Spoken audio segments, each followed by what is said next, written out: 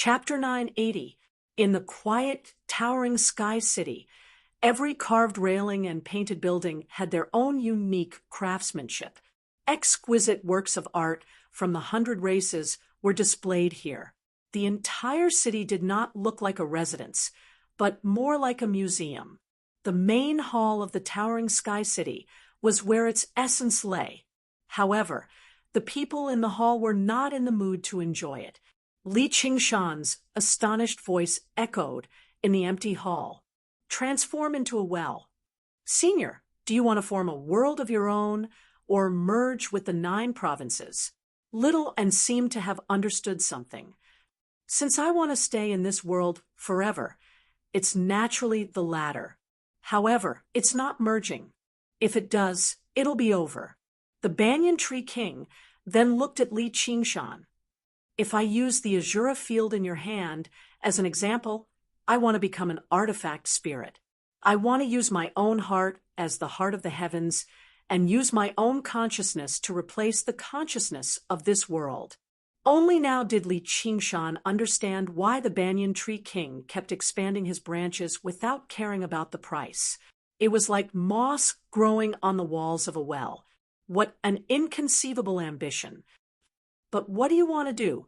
Could it be that you want to expand to cover the entire 9 provinces? This was impossible. Even if the humans did not obstruct the Banyan Tree King's actions, he did not know how long it would take him.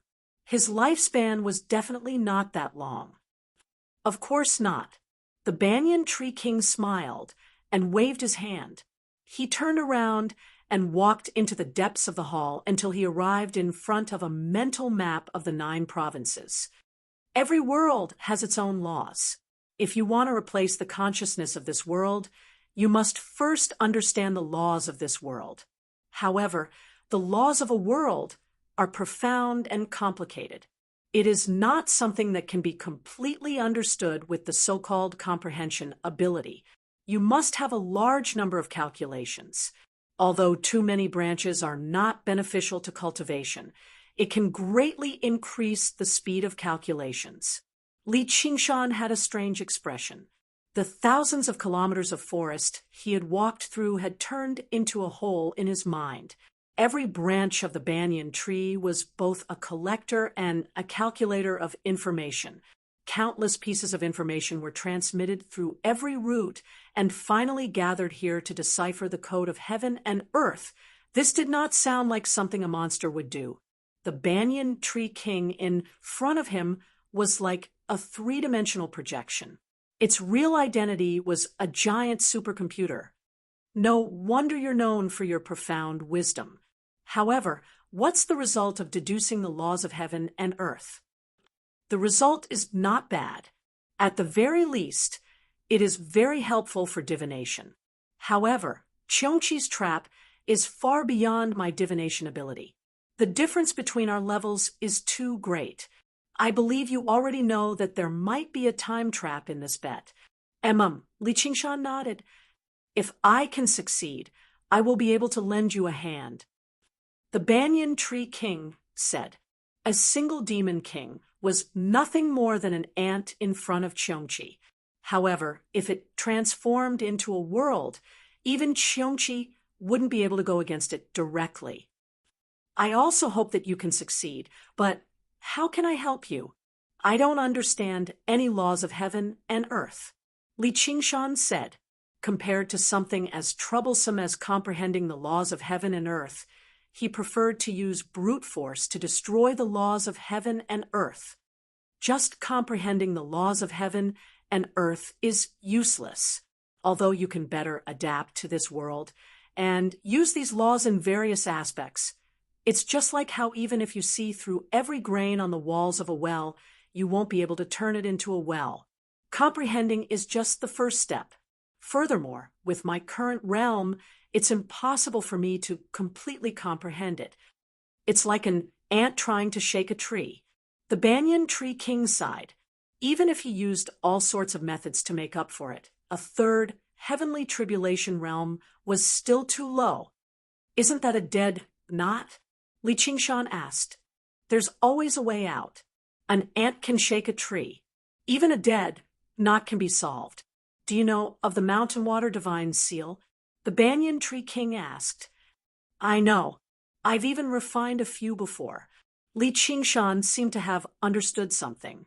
From a certain perspective, the mountain god seal and water god seal were the condensation of the laws of heaven and earth. Then, do you know of the 9 cauldrons?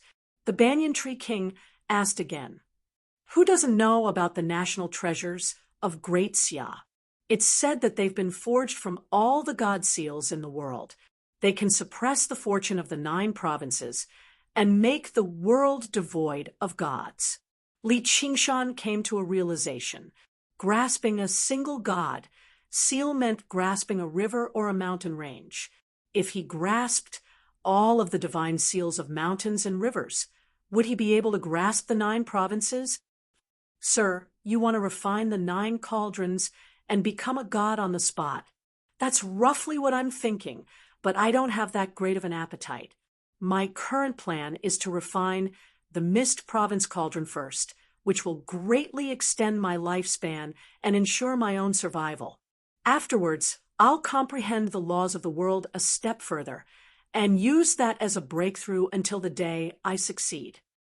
Sir, you want me to go to the king of Southern Yu's estate and steal the Mist Province Cauldron? Li Qingshan frowned slightly. Even if the king of Southern Yu's estate was not as tightly guarded as Towering City, it was definitely not a place easy to enter or leave, let alone the fact that he had to bring his supreme treasure with him. It really was not a simple matter, and regardless of whether he succeeded or not, he would directly fall out with the king of Southern Yu. That's not it. The banyan tree king waved his hand, and the surroundings twisted and changed. He arrived in a huge hollow in the center of the banyan tree. The Mist Province Cauldron. Li Qingshan's eyes narrowed. All he saw was an ink-green, 3-legged cauldron sitting in the center of the hollow. Countless famed mountains, great rivers, and wondrous treasures were engraved on the cauldron. It was a style unique to the Mist Province. Gazing deeply, the flat image seemed to turn into countless mountains and rivers buried deep within the mist. It was one of the 9 cauldrons, the Mist Province Cauldron.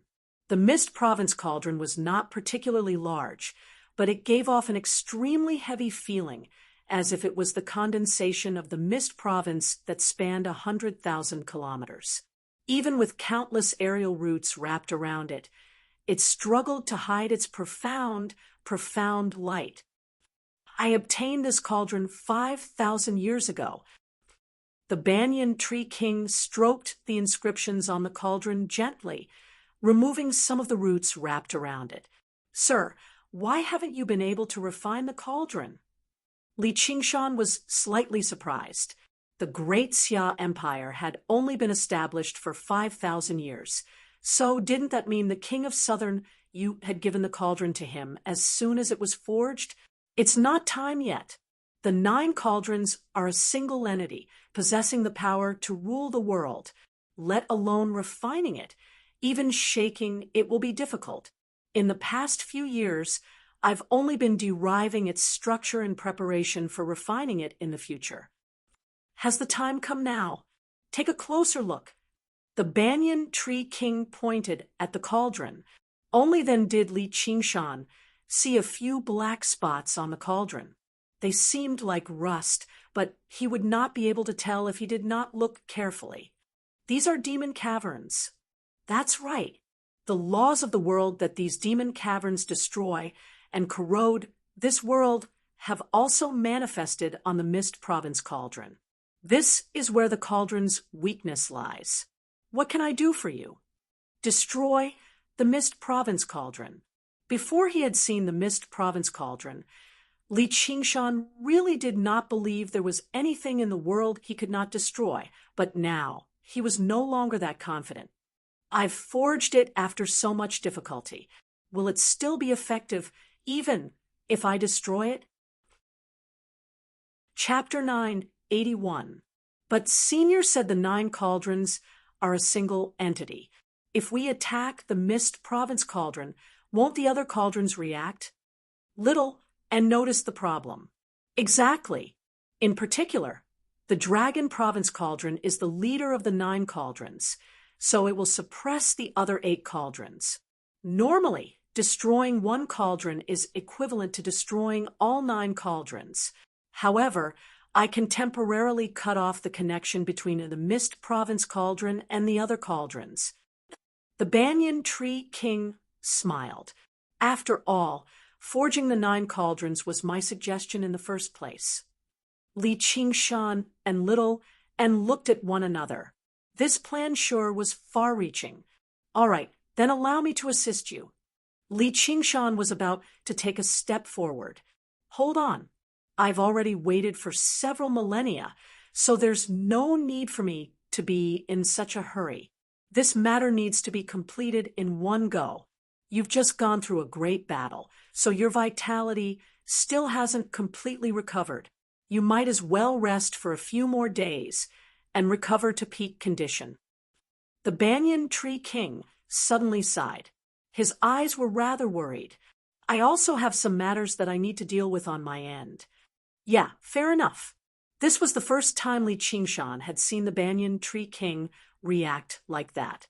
He had no idea what matters he had yet to deal with after preparing for several millennia. We'll ascend together. However, it was inappropriate for him to ask before pleading again. If there's anything I can help you with, begging you, all right? Feel free to ask. Sigh. The Banyan Tree King nodded. The Banyan Tree King closed his eyes gently. Take these spiritual stones. In a daze. For now, he saw the scene when Li Qingshan heard spiritual stones. When the valiant king of the 9 too much attention to them. Gave him a tiny, he had seen plenty of spiritual golden vine, and they were basically worthless. This sun vine is a natural variant. He even found it strange. It doesn't belong to this world in the first place. Had suddenly become even you aren't willing to take it in.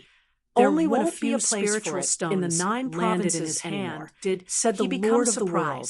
If the regular trees were entangled by the sun vines, they would wither and die. They did not seem particularly special. Only relatively powerful energy they contained was could endure their entanglement. Enough to rival the demon heart of a demon king, some intelligence, and the Saraira who would be willing to let them refining demon hearts. They would definitely eliminate them as soon as possible. Troublesome matter. As a result, it was inevitable that there would be many negative effects to cling to him. And many other folk demons would be born under his command. However, to kill it. These spirit stones did not have these problems. I can let it share some of the do with me, tried to probe them with his divine sense at all. And found that these spirit stones did not let down his benevolence. They also constantly absorbing the mysterious laws of heaven and strengthening day by day. If he could in less than 300 years them, he would definitely gain endless benefits and became a demon general, becoming a demon king 800 years ago. Is there anything else? To demons, don't be greedy. This cultivation speed, these spiritual stones didn't form naturally, let alone the fact all come that she was a plant demon Mist Province who cultivated the slowest. Over the past several thousand years. The Banyan Tree King's sacrifice played a crucial role. The Banyan Tree King, he allowed her to absorb the tree sap day. Li Qingshan put away the spirit guiding her carefully from the casually cupped his intelligence. His figure distorted no less than what the divine Wudong tree only had the Banyan Tree the little phoenix remained. His uncomplaining efforts were rewarded. He turned around as well and gazed at she the became the final and strongest barrier of Towering letting out a long sigh. Although it had only been 500 years since she underwent the third heavenly tribulation. Right? Her strength Madame far surpassed lingering voice rang out in the Banyan Tree King's under her ears. Intentional control. Her arms wrapped around him naturally, one-sided, and the tips of her fingers gently touched his furrowed brows. It assisted his cultivation, forming really a harmonious symbiosis. Once this was another victory for the Banyan Tree King in I'll assist you in ascending with everything I have. Other folk and demons who wanted to kill her all admired his wisdom and breadth of mind. Madame Tung wrapped herself even with his wisdom.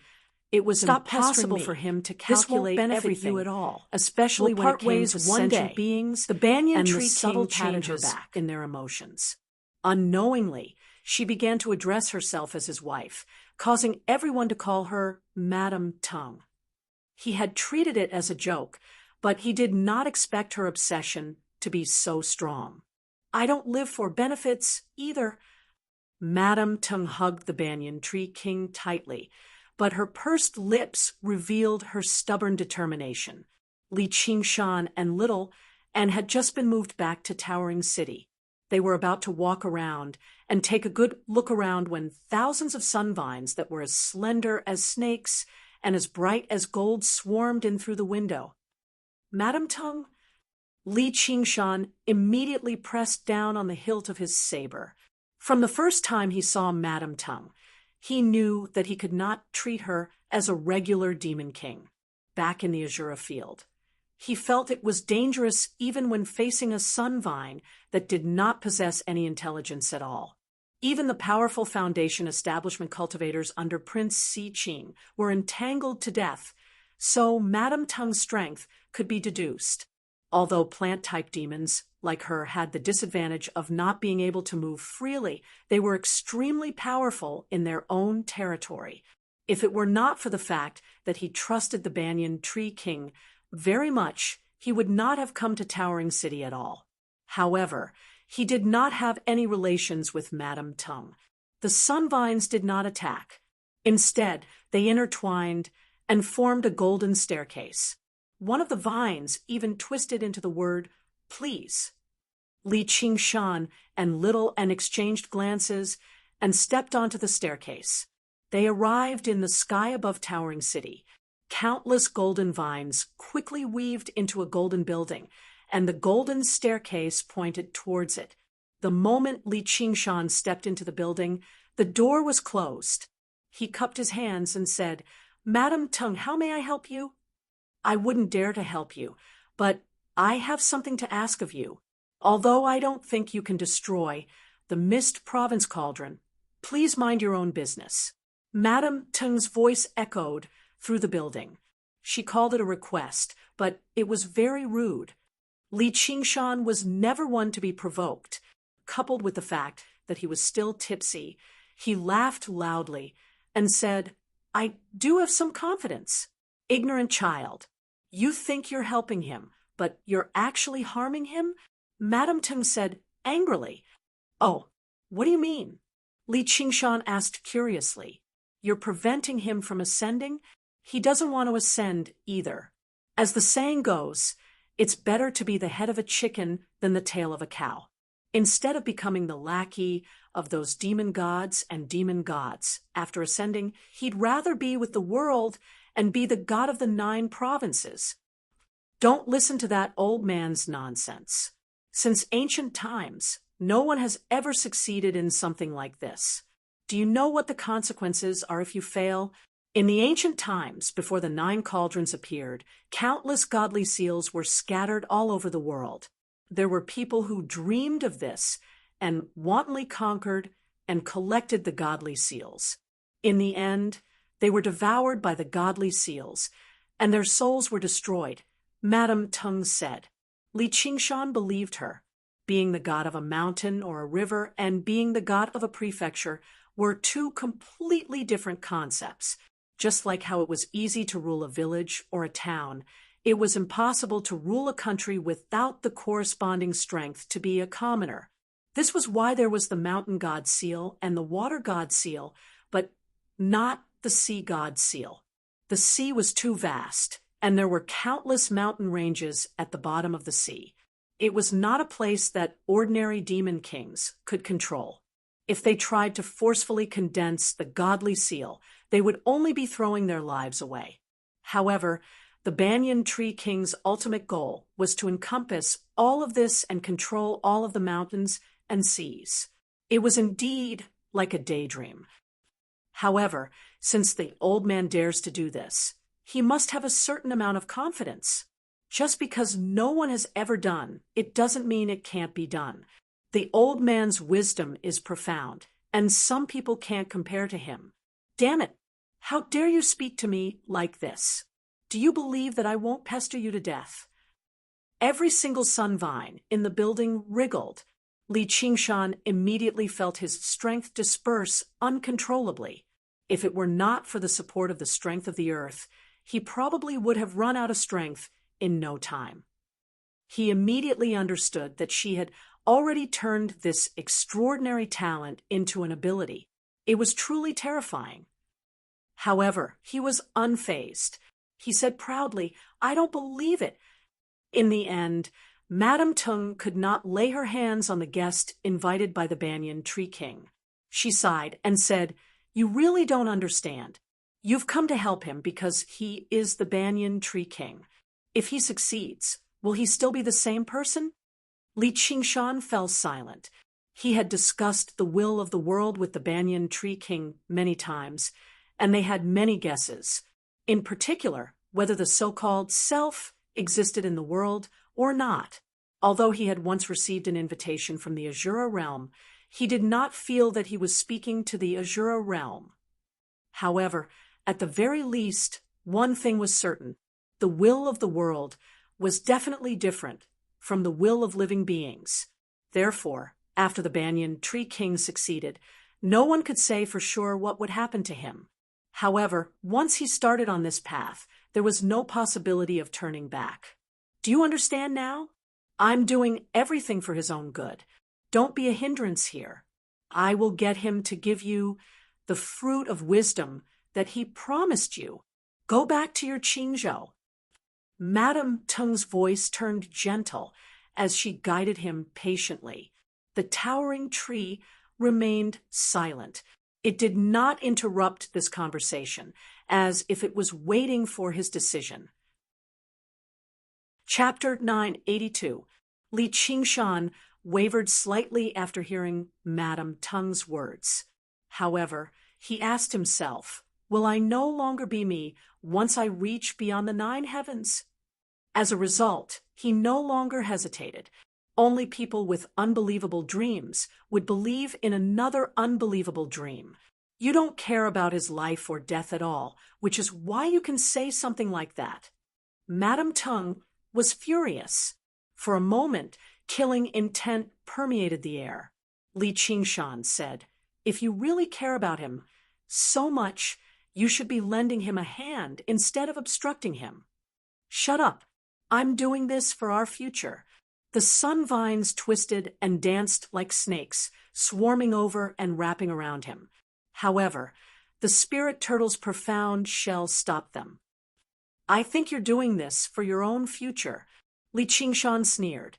With a clang, he drew his blade, little, and gripped the hilt of his sword firmly. The Buddha's slaying sword was rather effective against opponents with large bodies and great recovery. To Madame Tung, even if Li Qingshan cut through all the vines here, he would not be able to harm her at all.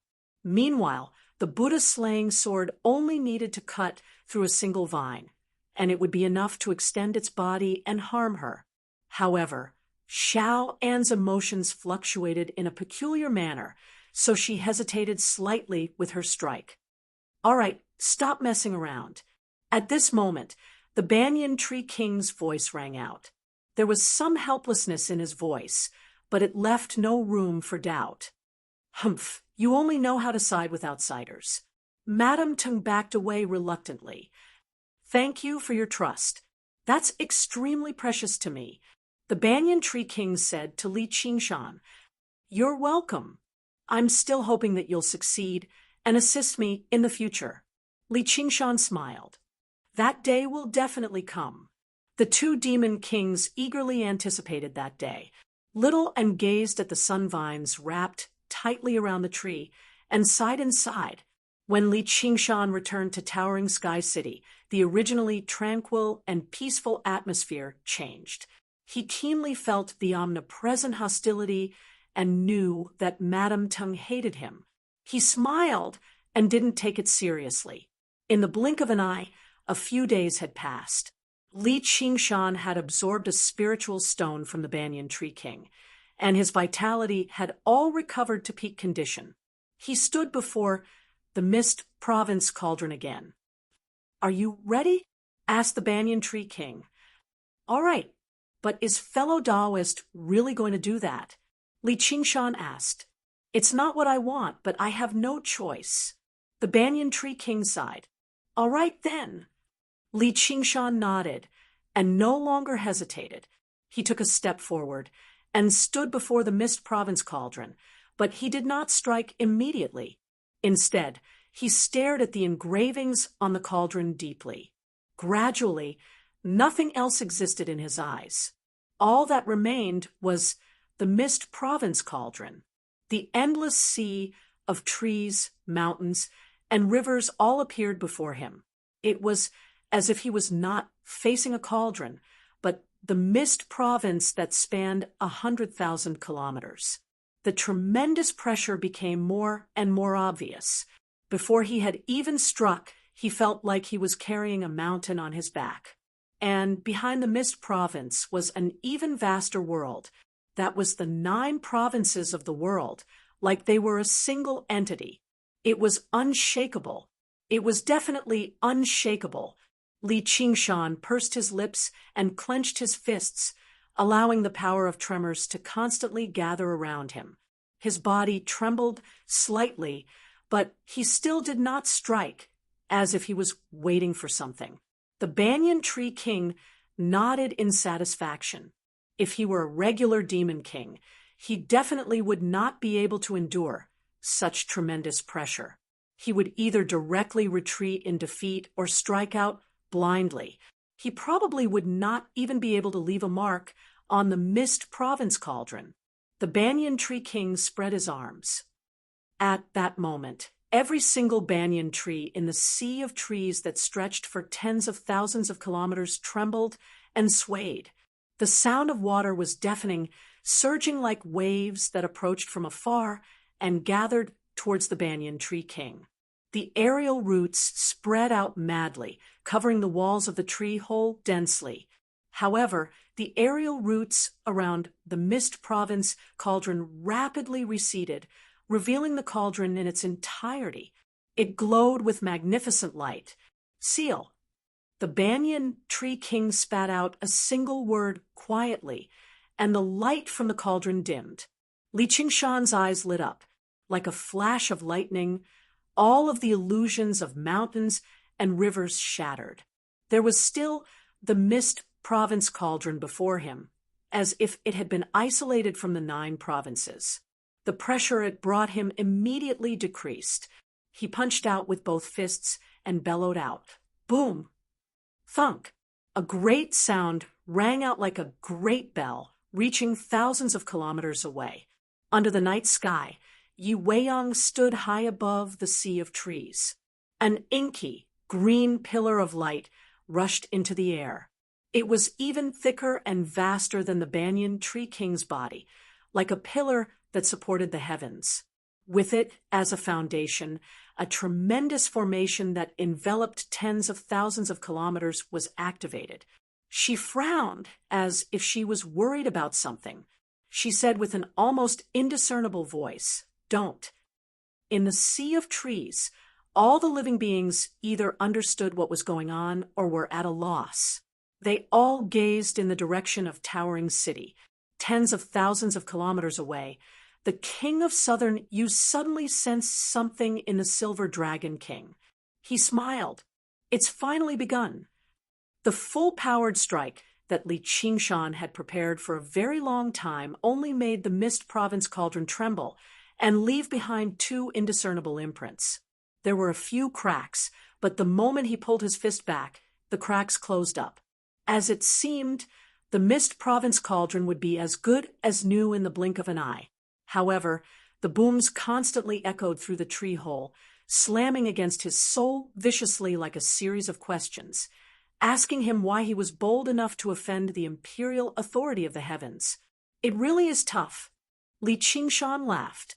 If the Mist Province cauldron did not respond at all, it would instead be far too boring.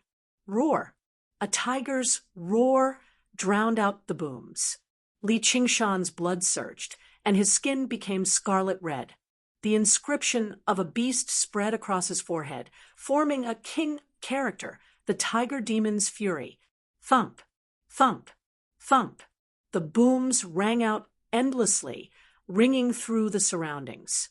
Li Qingshan's figure blurred, turning into a storm and bombarding the Mist Province cauldron furiously. In his fury, he still retained a sliver of clarity in his mind. The black specks on the cauldron healed much more slowly when they were damaged, as if they were the cauldron's lifeline. Apart from the initial probing, his punches had all landed on the black specks. The imprints constantly caved in, and the cracks rapidly spread until they became a crack.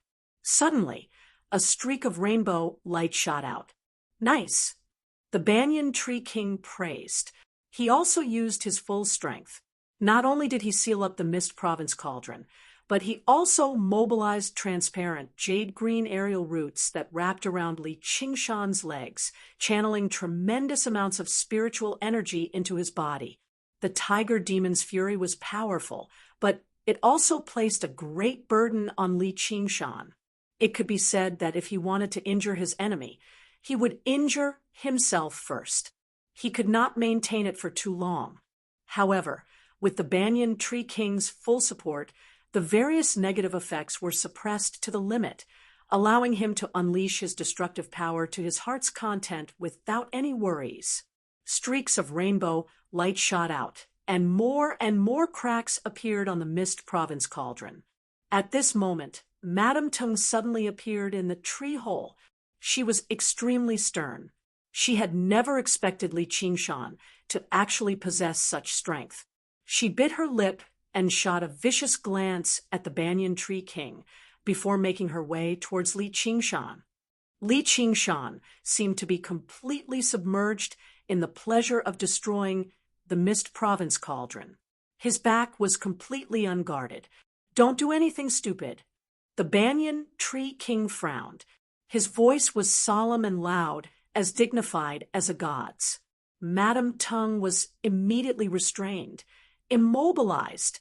However, she said disdainfully, "Humph, damned old man, I might not be as clever as you, but you can't stop me either.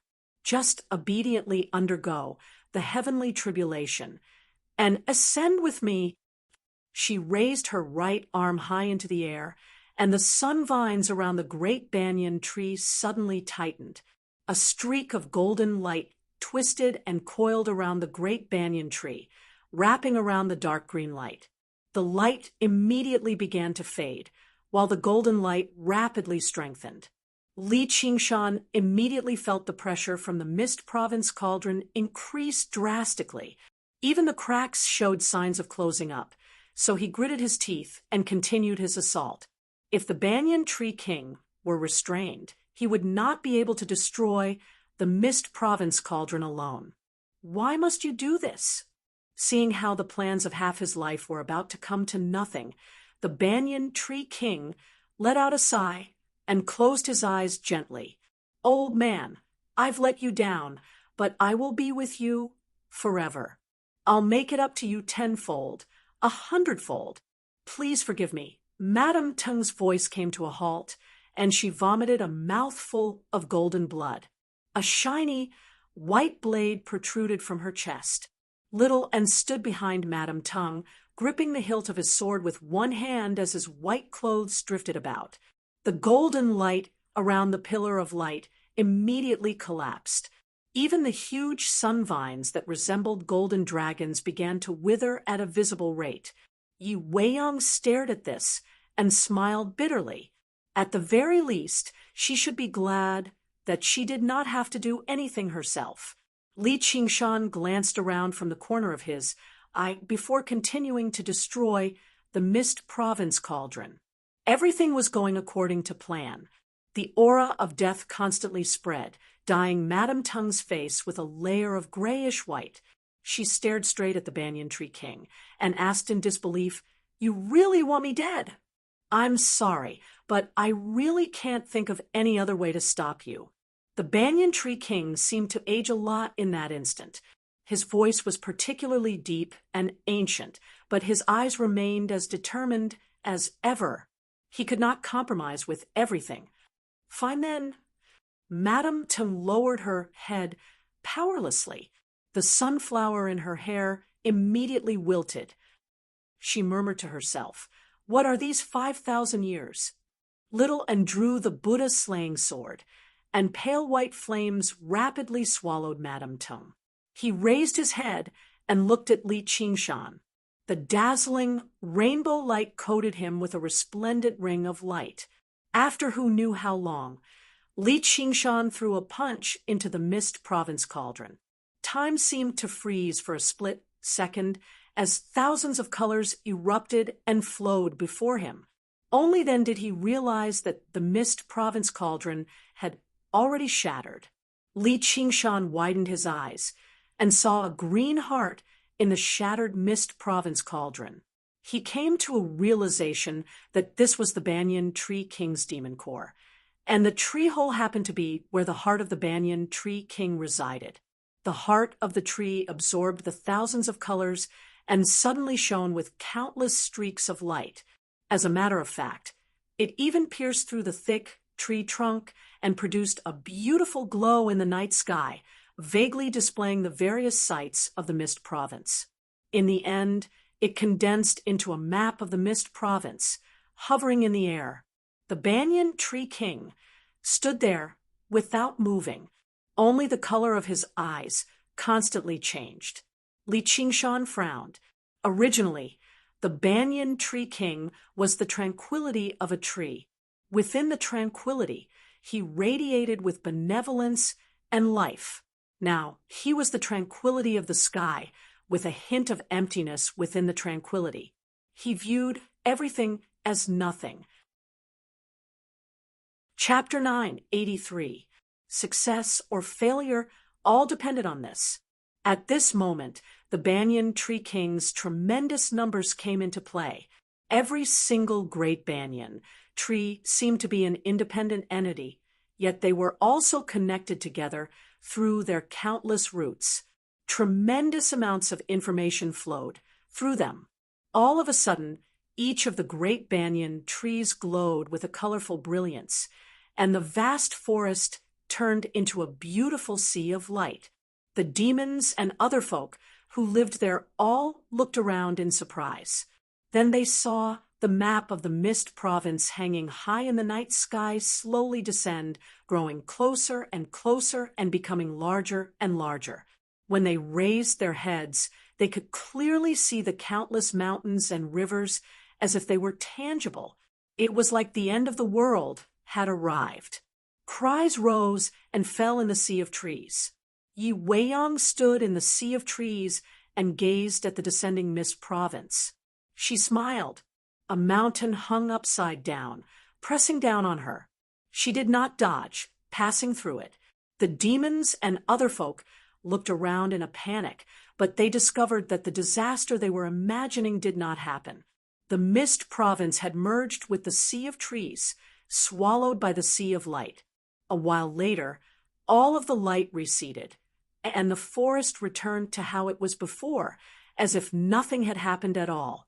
Only the kings could deeply sense the profound changes. They all beamed with joy and wished in the direction of Towering City. The Banyan Tree King exhaled deeply. His eyes returned to their inky green, but his tree heart continued to shine resplendently. His aura became more and more distant, but it did not feel like his personality had changed drastically. Instead, it was a very natural form of growth and improvement. Congratulations, fellow Taoist. Congratulations. You've succeeded. Li Qingshan clasped his hands and congratulated. He admired the Banyan Tree King very much.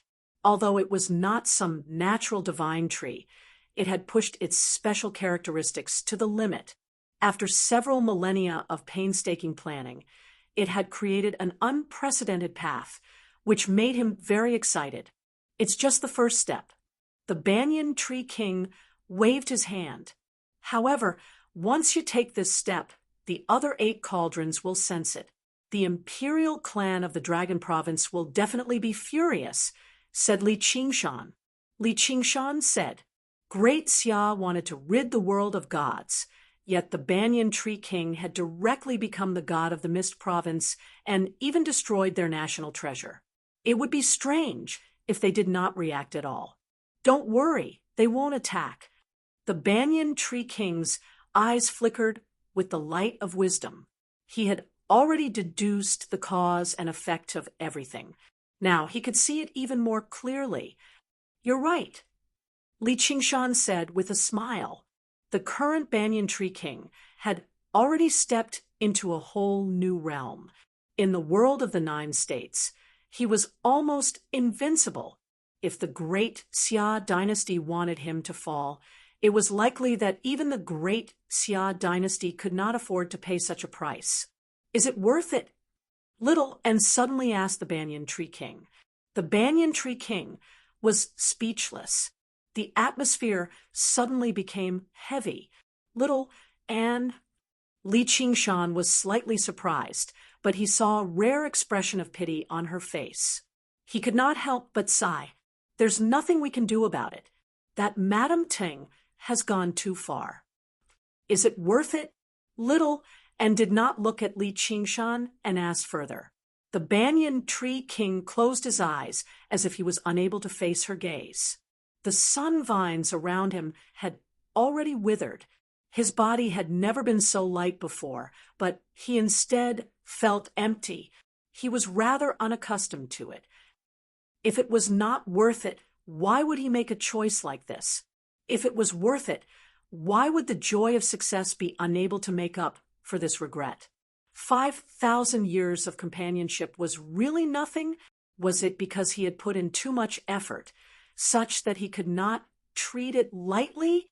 Or had he purposefully controlled certain changes in his emotions the entire time? Even though he could comprehend the profound laws of the world, he struggled to resolve these doubts. Forgive me, Senior, I've asked too much. Little and shook her head and returned to Li Qingshan's side. It's not worth it. The Banyan Tree King suddenly opened his eyes. Although there was pain in them, there was no confusion. But if I had to choose again, I would still do the same. Normally, Li Qingshan would definitely praise a reply like that. However, after glancing at Little and beside him, he felt that it was better to remain silent. He did not want to involve himself in other people's matters. I probably will never be able to understand such decisiveness. Little and said as she looked at Li Qingshan with her clear eyes. Li Qingshan's heart sank, and the corner of his lips twitched. Fine, he had still gotten himself involved in the end. He tried hard to organize his words. Little, and you're thinking too much. Don't get into character. So easily. You're not Madame Tung, and I'm not the Banyan Tree King. Of course, I'm not saying that you're wrong. Anyway, Sai, it's really complicated. You've actually overestimated the power of this sword. I'm the same. Little and raised the Buddha slaying sword in her hand. Li Qingshan and the Banyan Tree King were both taken aback. They had personally witnessed the power of the Buddha slaying sword. 2 demon kings as powerful as the lords of Yin and Yang had been finished off with a single stroke. So how could they still overestimate its power? However, it was exactly because that sight was just too shocking that they overlooked many things. For example, back then, the lords of Yin and Yang had already fought Li Qingshan to the point of exhaustion. They had only managed to break free from Li Qingshan's suppression after so much difficulty. But before they could even get their revenge, Little and had already charged over. For example, the Buddha slaying sword. Although it possessed terrifying power, it actually countered 2 types of opponents the most. One was Buddhist cultivators, which was why it was called Buddha slaying. The other was existences of extreme Yin and evil, such as corpses and demon folk, because the path of white bone and great beauty was still a Buddhist cultivation method after all. However, Madame Tung did not belong to either of these groups. She did not possess a body of flesh and blood. Although the Buddha slaying sword countered her very much, it mostly ensured that every strike could injure her. In the past, the myriad poison ancestor had only been heavily injured when the Buddha slaying sword pierced his chest, and he had almost fled back to the myriad poison cult. The sole nascence that escaped in the end was very spirited too. It took quite a lot of effort to deal with it. After being tempered by the heavenly tribulation, the Buddha slaying sword's power had increased drastically, but as a natural variant demon king, her life force was far more abundant than an elderly human cultivator. Actually, the only time Little and had truly used the Buddha slaying sword after undergoing the tribulation was against the lords of Yin and Yang. Only when he stabbed Madame Tung did he understand that the strike was not enough to claim her life, which was why he did not draw it immediately. Between Li Qingshan and the Banyan Tree King, one possessed great instincts for battle, while the other possessed great wisdom. In the past, they had only been shocked by the startling strike, which was why they had overlooked this.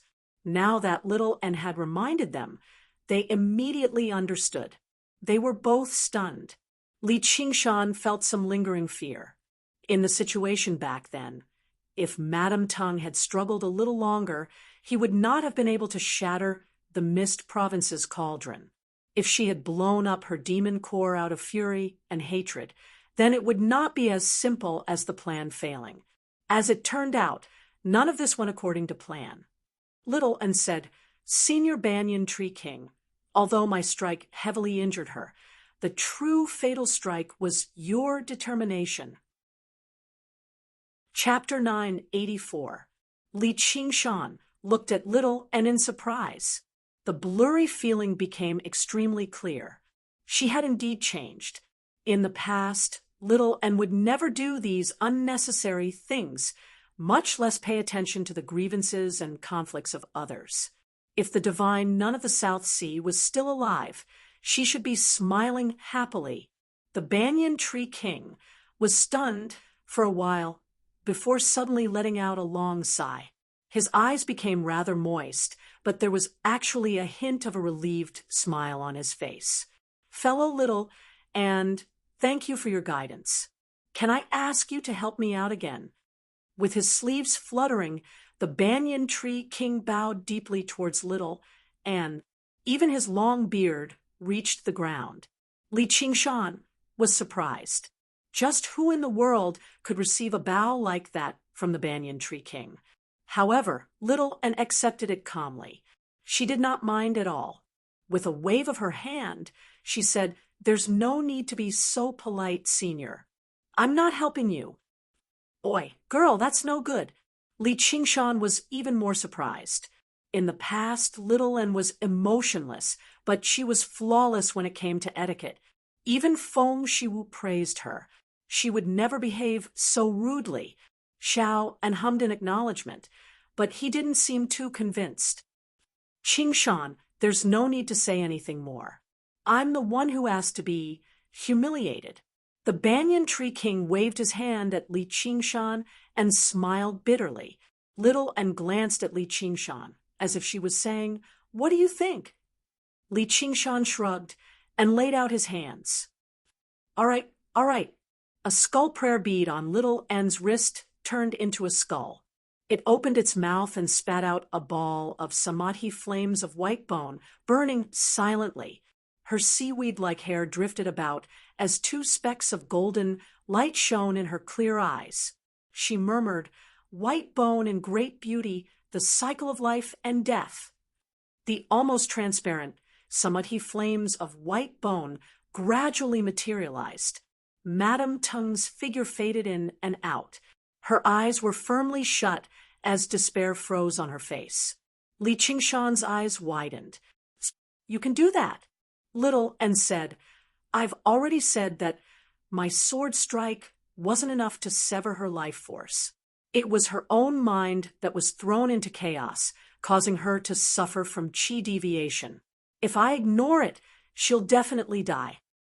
"So that sword of yours actually saved her?" Li Qingshan felt that it was unimaginable. Little and had brought him too many surprises today. Since white bones can transform into beautiful faces, the sword that kills can also save people. Little N's white robes fluttered in the wind. There was a trace of benevolence in her calm demeanor. She had a kind of beauty that could topple the world. This was a brand new understanding of the path of white bone and great beauty after balancing the Buddhist and demonic powers.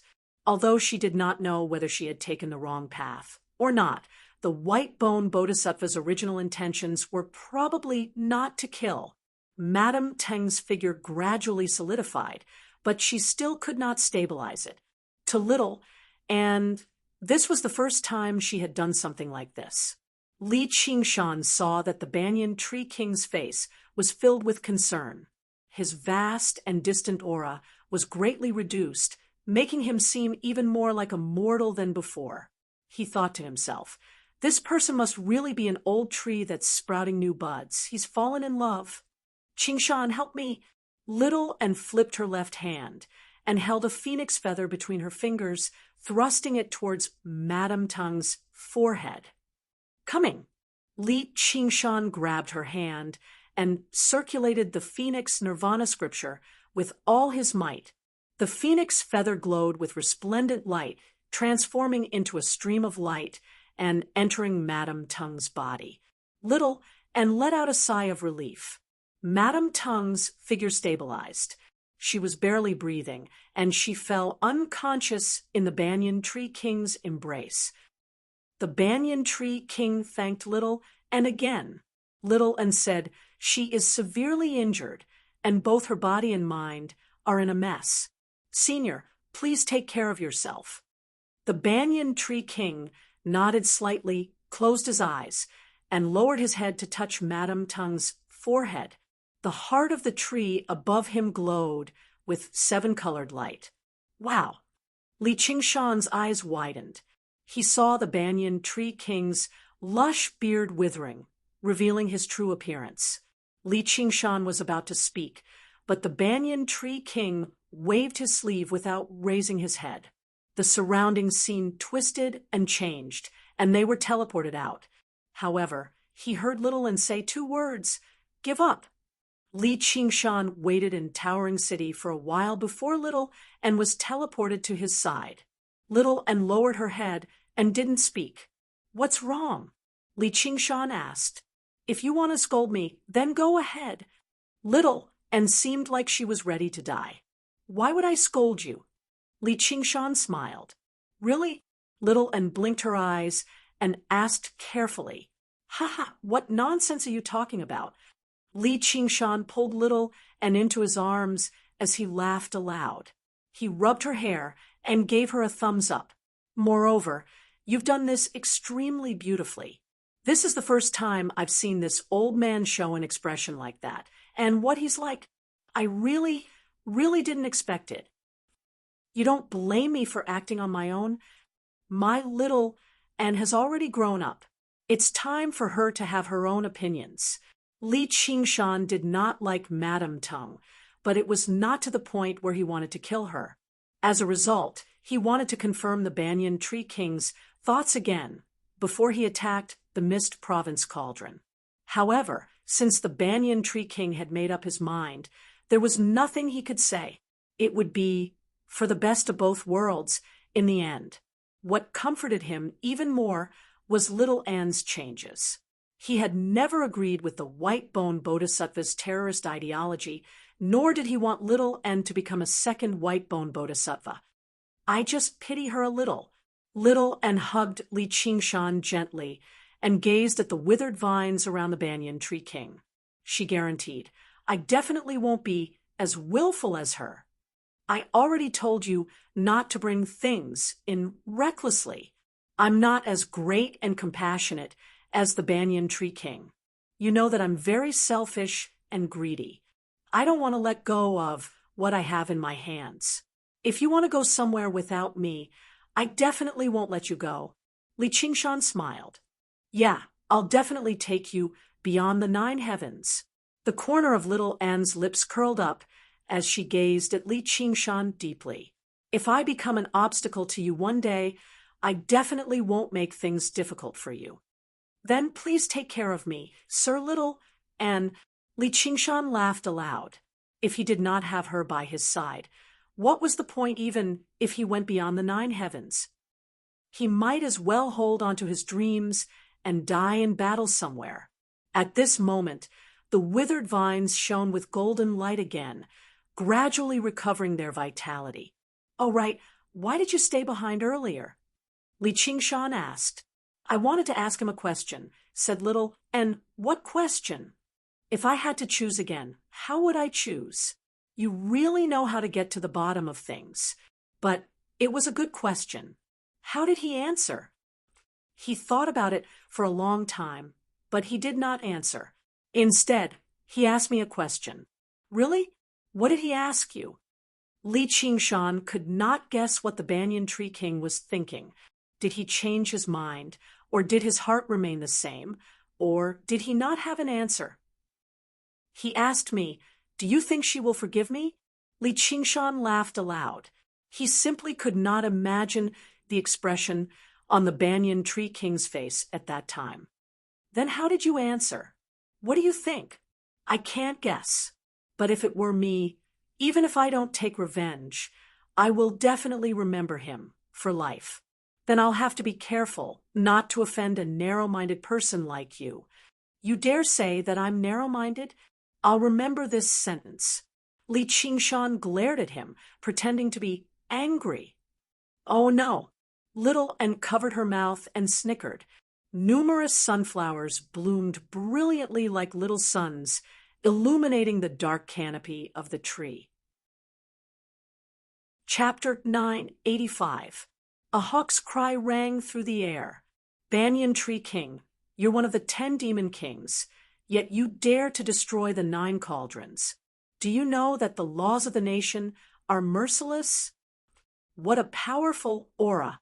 Li Qingshan shivered inside and raised his head. A man in black clothes stood with his arms behind his back, standing high up in the air. The atmospheric winds surged with his voice, spreading through the sea of trees for thousands of kilometers. It was like the might of the heavens had descended upon the world. His appearance was valiant and extraordinary. His long, golden-brown hair draped behind him meticulously, and his hooked nose made him even more stern. However, the thing that stood out the most was his eyes.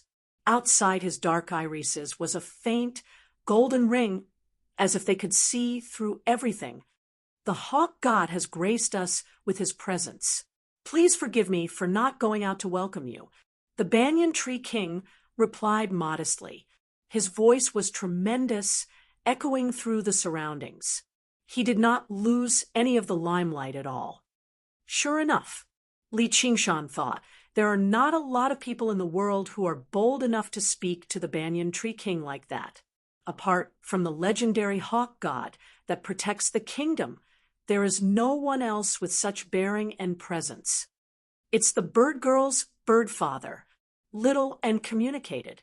Li Qingshan burst into laughter. He felt very comforted inside. The little girl's sense of humor had grown after undergoing the tribulation. In that moment, a pair of hawk eyes pierced through the leaves and landed on him. It was like a blade. There were not a lot of people in the world who were bold enough to laugh when the hawk god and the tree god spoke. Subordinate Li Qingshan greets, Sir Hawk God. Li Qingshan's smile vanished. He recalled his identity as a white hawk commander and clasped his hands at the horizon, meeting the hawk eyes without any fear at all. Although he was in charge of the renowned Hawkwolf Guard and maintained the laws of the Great Xia Empire, the hawk god was still a form of respect at the end of the day. He was not a true god. However, he had even seen demon god Qiongqi, so he obviously did not fear a demon king, no matter how holy and powerful this demon king was. Savage King Li Qingshan. The eagle deity's eyes narrowed, and Li Qingshan felt the pressure on him increase. He thought to himself, in my entire life, if we were to talk about the word majesty, this person is definitely number 1. This is probably not just because of his temperament, but also the majesty of the laws of Great Xia. As the saying goes, godly might is like a prison. Perhaps this is the origin of his name, Eagle Deity. Even though Qiongqi was far more powerful than the eagle god, it was only an incarnation, and its aura was astonishingly powerful, but it had nothing to do with majesty. Instead, it was sly and playful. Lord, Eagle God, recognizes me? Li Qingshan was slightly surprised. Then he smiled and said, "However, the title of King of Savages is too unpleasant. I have already resigned." The hawk god looked at him deeply, as if he didn't want to waste any more time with a small fry like him. However, his gaze lingered on Little and for a moment, and there was a hint of surprise in his eyes. After undergoing the third heavenly tribulation, he was basically at the apex of the 9 provinces. With his cultivation at such a young age, he could no longer be described as a genius. Of course, he never would have imagined that the person who personally destroyed the Mist Province Cauldron would be this small fry. This was also the effect that Li Qingshan wanted. No matter how much this Lord Eagle God liked him anyway, it was impossible for him to take him in as a son-in-law. He was fine as long as he was not viewed as an enemy. "You've come from afar, so why don't you pay a visit to my towering city?" asked the Banyan Tree King. "There's no need. Do you admit to destroying the 9 cauldrons?" asked the hawk god. "I do," said the Banyan Tree King. "From today onwards, you will be stripped of your position as one of the 10 demon kings, and you will be placed at the top of the wanted list of the Ministry of Justice. The Hawkwolf Guard will do everything in their power to capture you. If you put up any resistance, you will be executed on the spot." Li Qingshan found this to be more and more strange the more he listened. At this point, why would the Banyan Tree King still care about the position of one of the 10 demon kings, let alone the fact that he was wanted by some bullshit Ministry of Justice? The Hawkwolf Guard was renowned throughout the world, but capturing or killing him was basically wishful thinking. Was there something wrong with this protector hawk god? Before he knew it, the supreme masters and tremendous organizations in his heart were no longer as unreachable as before. He could not treat them lightly anymore. "Oh, all those who make friends with you are the enemies of Great Xia." When the hawk god reached there, he glanced at Li Qingshan again. He had rushed over in a hurry, so he had no idea that the Banyan Tree King had traveled all the way to welcome Li Qingshan, welcoming him into Towering City. He wondered about the relationship between Li Qingshan and the Banyan Tree King. "Then Great Xia has far too many enemies. Please reconsider. Fellow." The Banyan Tree King smiled. "What a Banyan Tree King. So much for me treating you as a great senior. You've actually broken the law. My Hawkwolf Guard will never forgive you." Li Qingshan yelled out furiously, as if he had not vented his anger. He stomped on the branch a few more times to draw a clear line between them. The corner of the hawk god's eye twitched, and he was immediately unable to continue with what he was about to say. He had seen people seeking death, but never had he seen someone seeking death like this. He thought the same as Li Qingshan earlier. Is there something wrong with this bastard's head? Little and smiled. He was truly an expert at ruining the atmosphere. He could already tell that the hawk god had come this time purely for a stroll, to express that the great Xia Empire would never tolerate something like this. However, if he wanted to capture or kill the Banyan Tree King, probably even he did not have the ambition to do so. "Sigh, you've been betrayed so quickly. If that's the case, then please take action." The Banyan Tree King sighed with a smile. "Wind, rise." The hawk god spread his arms like a hawk spreading its wings. The atmospheric winds, in a range of 500 kilometers, immediately became violent.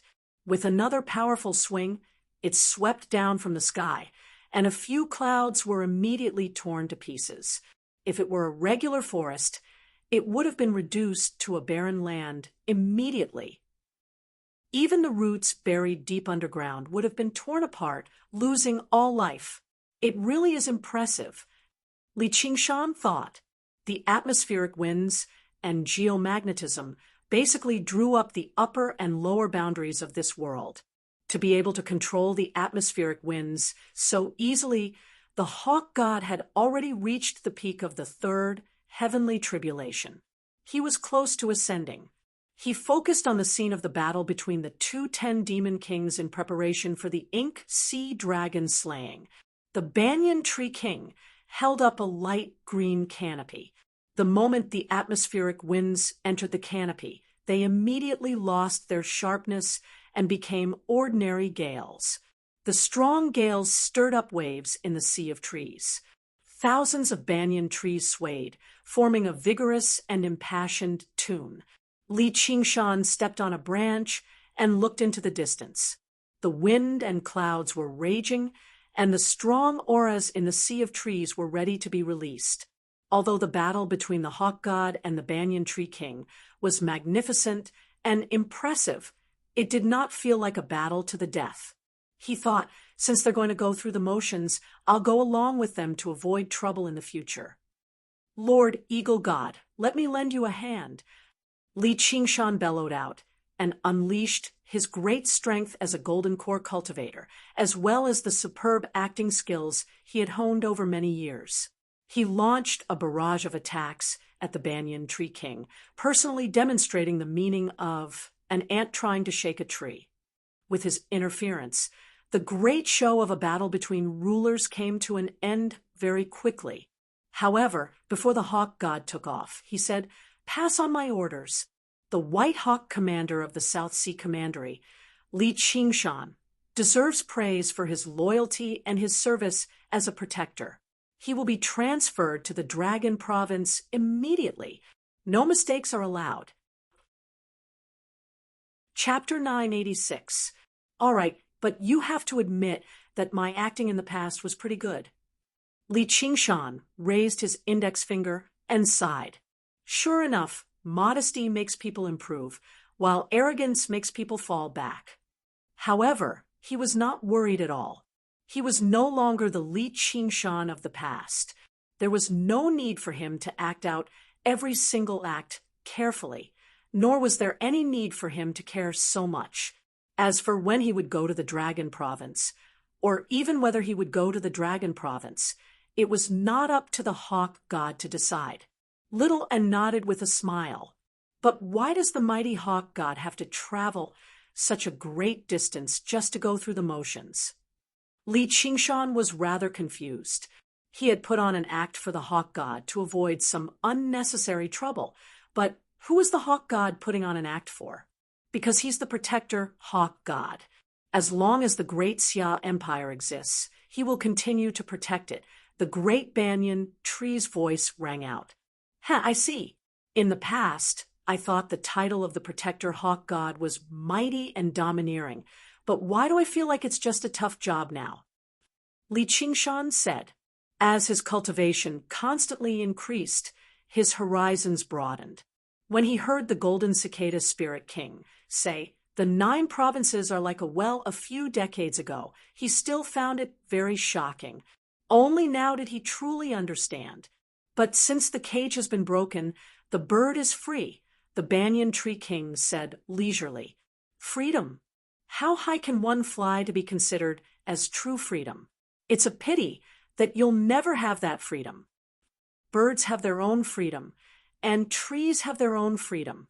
To a tree, having a place to grow in peace without being cut down is already freedom. Fair enough. All right, have you succeeded yet? Li Qingshan smiled ambiguously. This is only the first step. I still need a long time to get used to it. I believe I'll succeed one day, said the banyan tree king. You know what I'm asking? Li Qingshan was interested in gossip. About that. Actually, it's useless for you to ask little and about this kind of thing. She's just a little girl. What would she know? I'm the one who's experienced and knowledgeable. In short, just do what you need to do. Don't think too much. Qingshan, I'm afraid that Senior needs to rest for a while before he can condense the wisdom fruit. Why don't you take a look at the Shadow Palace first? Little and tugged on Li Qingshan's sleeve, interrupting him. Sure. Li Qingshan agreed, casually. When he came back to his senses, he asked, Do you think I'm wrong? That's right. Little and nodded seriously. Go quickly. There are many things waiting for you to fix in the Shadow Palace. Damned girl, how dare you mock me? Li Qingshan suddenly missed the little, and who always looked at him with eyes full of worship. But now there was a rich emotion in those eyes, and it could see into his heart even more than the eagle gods. The layer of beauty on the white bones was no longer just an empty skin bag. I'm not a little girl. All right, I'll be right back. Li Qingshan pinched her cheek before turning around and flying off. Speaking of which, he had basically been like an ascetic monk for the past 20 years. Afterwards, there were consecutive battles and intense labor like destroying the Mist Province cauldron. Meeting Gong Yuan was rather interesting to both of them, but it was exactly because of this interest that he was unable to do whatever he wanted. As soon as he thought of the Shadow Palace and the Night Roamers, he even became a little excited. Palace Master Yi, I've come for the appointment. Why you seem like you've come to visit a brothel? Yi Weiyang's face was covered by a black veil, only revealing a pair of eyes. She studied Li Qingshan. The impression that the battle in the demon cavern had left on her was far too deep. She struggled to connect the two images together. Then I'd like to pick a lead card. Li Qingshan laughed aloud. Hee, then come at me. With a flash, Yi Weiyang vanished into the sea of trees. Li Qingshan followed close behind. Before him, a beautiful figure moved through the jungle, struggling to grasp her aura. In the deep, complicated forest, he was unable to unfurl his wings and fly at full speed either. Every time he approached her, the distance would immediately widen, and Yi Weiyang did not advance in a straight line. Instead, she turned left and right randomly. She seemed to be flirting with him. As a result, Li Qingshan just gave up on the chase. What, you're not going to pick a lead card? Yi Weiyang smiled. A lead card that I can't even see. It's fine if I don't pick one, just in case I get tricked. Li Qingshan replied with a smile. His eyes remained clear the entire time. After experiencing so many things over the past few decades, he was no longer the bumpkin who had just emerged from a small mountain village and fell in love with Gu Yenying at first sight and was stunned by her beauty. His main objective for visiting the Shadow Palace was not to satisfy his desires, but to put an end to it. Yi Weiyang suddenly stopped and parted the layers of leaves. She said, "Please." A city constructed between huge trees appeared before Li Qingshan. It was hundreds or thousands of times larger than the cobweb city Xinyan had seen in the past. Thousands of Yi Mingzhu trees shone with a faint silver luster. The shadows of the trees crisscrossed as thick mist drifted beneath the trees. It seemed both gloomy and glorious. Countless night roamers strolled through it. It was not like he had imagined it to be a harsh training ground for assassins. Instead, it gave off a sense of art everywhere. However, the many hidden sentry posts could not escape Li Qingshan's eyes. As it seemed, the night roamers had not let down their guard just because they were in the territory of Towering City. They maintained an almost instinctive sense of caution. However, under the Shadow Queen's lead, the journey was smooth and unobstructed. They arrived at the center of the Shadow Palace and saw Yi Liusu and her sisters very soon. He knew that they were doing quite well in the Shadow Palace. After all, with their cultivations at the second heavenly tribulation, they could be regarded as upper middle echelons in any organization across the 9 provinces. Even if there were some internal strife, it would be very difficult to directly affect them. The rich and complete cultivation system that the Shadow Palace had inherited from the ancient divine kingdom provided them with great assistance. Over the past 2 decades, they had spent most of their time on cultivation. Yi Liusu's talent had always been the best, and she had received special treatment from Yi Weiyang, who had given her the greatest support. She had improved the most too, and she had a very good chance at succeeding as the Shadow Queen. However, the one who worked the hardest was not her, or Yi Liuxing, but the one with the worst talent and the laziest, Yi Liubo. Her bearing had changed drastically as a result. She seemed like a completely different person. Li Qingshan nodded in relief. He had basically lived up to their friendship by bringing them to their current state during this journey. However, it was a pity that this was all they could do. Dong, dong, dong. The knocking on the door echoed in the dark room. Li Qingshan opened his eyes and was just about to rise from the entanglement of a pair of arms when they wrapped around him tightly. "Take me with you," Yi Liubo said. Li Qingshan kissed her forehead gently and caressed her belly. "Take good care of our child." "Will there really be one?" Yi Liubo was rather confused. "There definitely will be one this time. I promise," Li Qingshan said. With the phoenix fire as a guarantee, he had already planted that bit of life. He had no idea what kind of fruit it would bear in the future, but he was destined to never be a good father. "The banquet is about to begin." Yi Weiyang's urging voice rang out from outside the door. Li Qingshan could already sense the tremendous auras gathering in towering city 1,000 kilometers away. Chapter 987. Basically, all the demons and other human kings of the Mist Province had rushed over from all directions, gathering in Towering City to congratulate the Banyan Tree King on becoming the god of the Mist Province. The aura they naturally gave off gathered into a tremendous pressure. Existences who had not undergone the third heavenly tribulation could not even approach it. As for the host, the Banyan Tree King had yet to appear. Some guests conversed in groups of 2 or 3, while others sat in a corner by themselves, standing out from the crowd. It had to be mentioned that compared to the other human kings, the demon kings in human form seemed more like humans. However, they only seemed like humans. Their primitive, wild aura could not be hidden no matter what. When they were happy, they beamed with delight, but when they were angry, they bared their teeth and glared at each other. Their voices were so loud that they could be heard from several hundred kilometers away. Even human cultivators were not all harmonious, let alone the demons and other humans of the various races. Murderousness would erupt from time to time. If it were not for the fact that this was Towering City, several battles might have already broken out. As for the only human, Little, and he naturally became the most eye-catching person. Her eyes were lowered as she sat on a banyan tree leaf that resembled a small boat. She held a string of skull prayer beads in her left hand and formed a Buddhist seal with her right hand as she chanted a scripture softly. The little phoenix perched on her shoulder obediently as if he was listening attentively.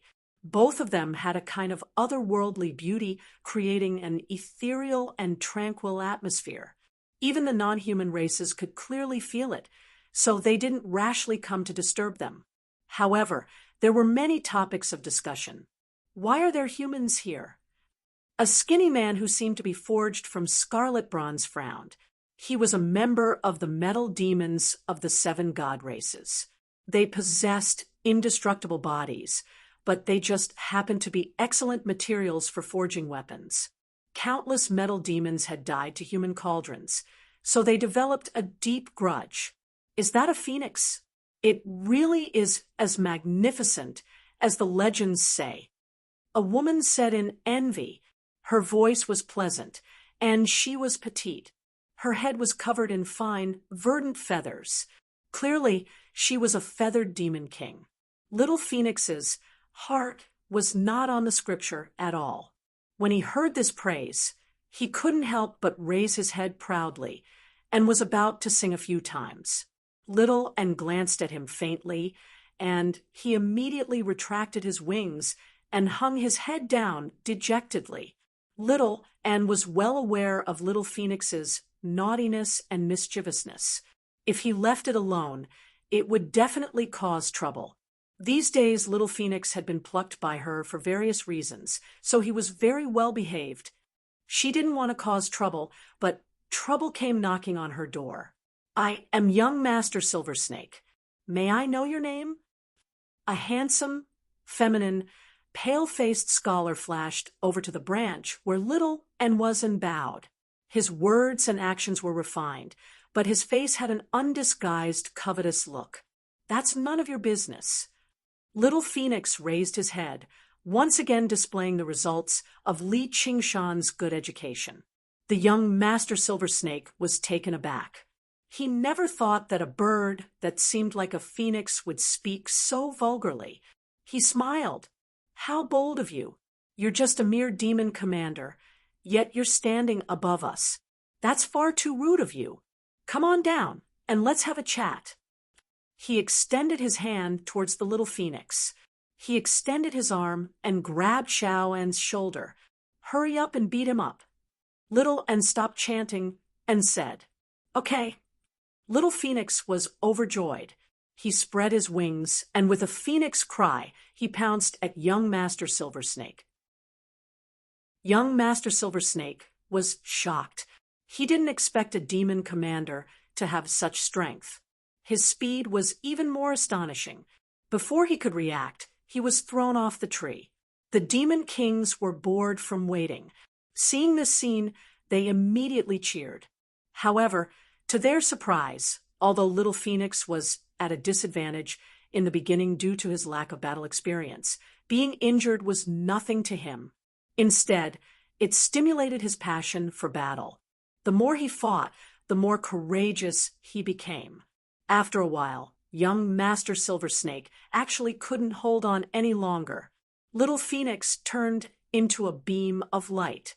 Relying on his speed, he flew up and down, using his wings to beat young Master Silver Snake's face.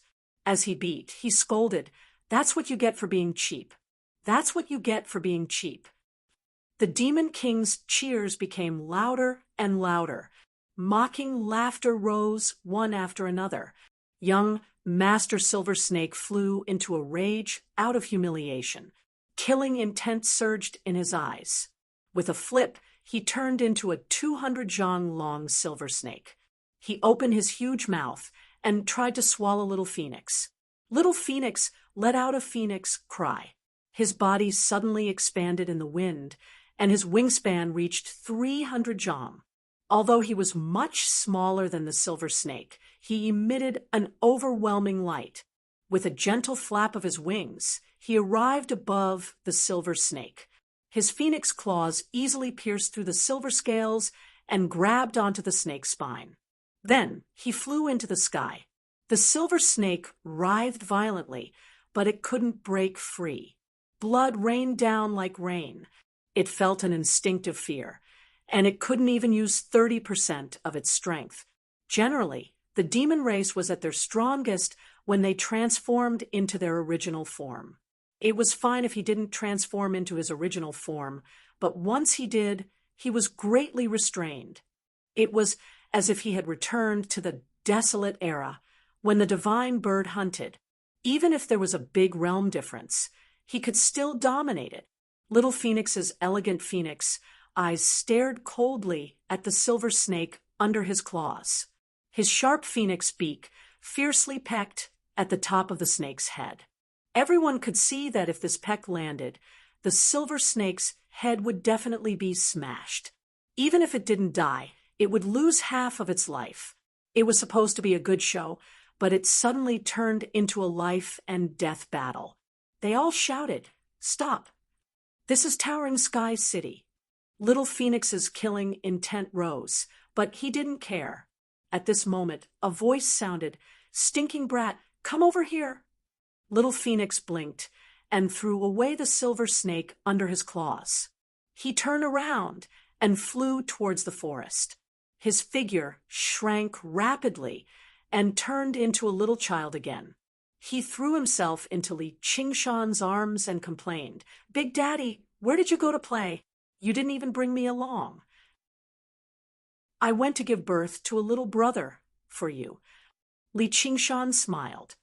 "But I like little girls." Little Phoenix's eyes widened.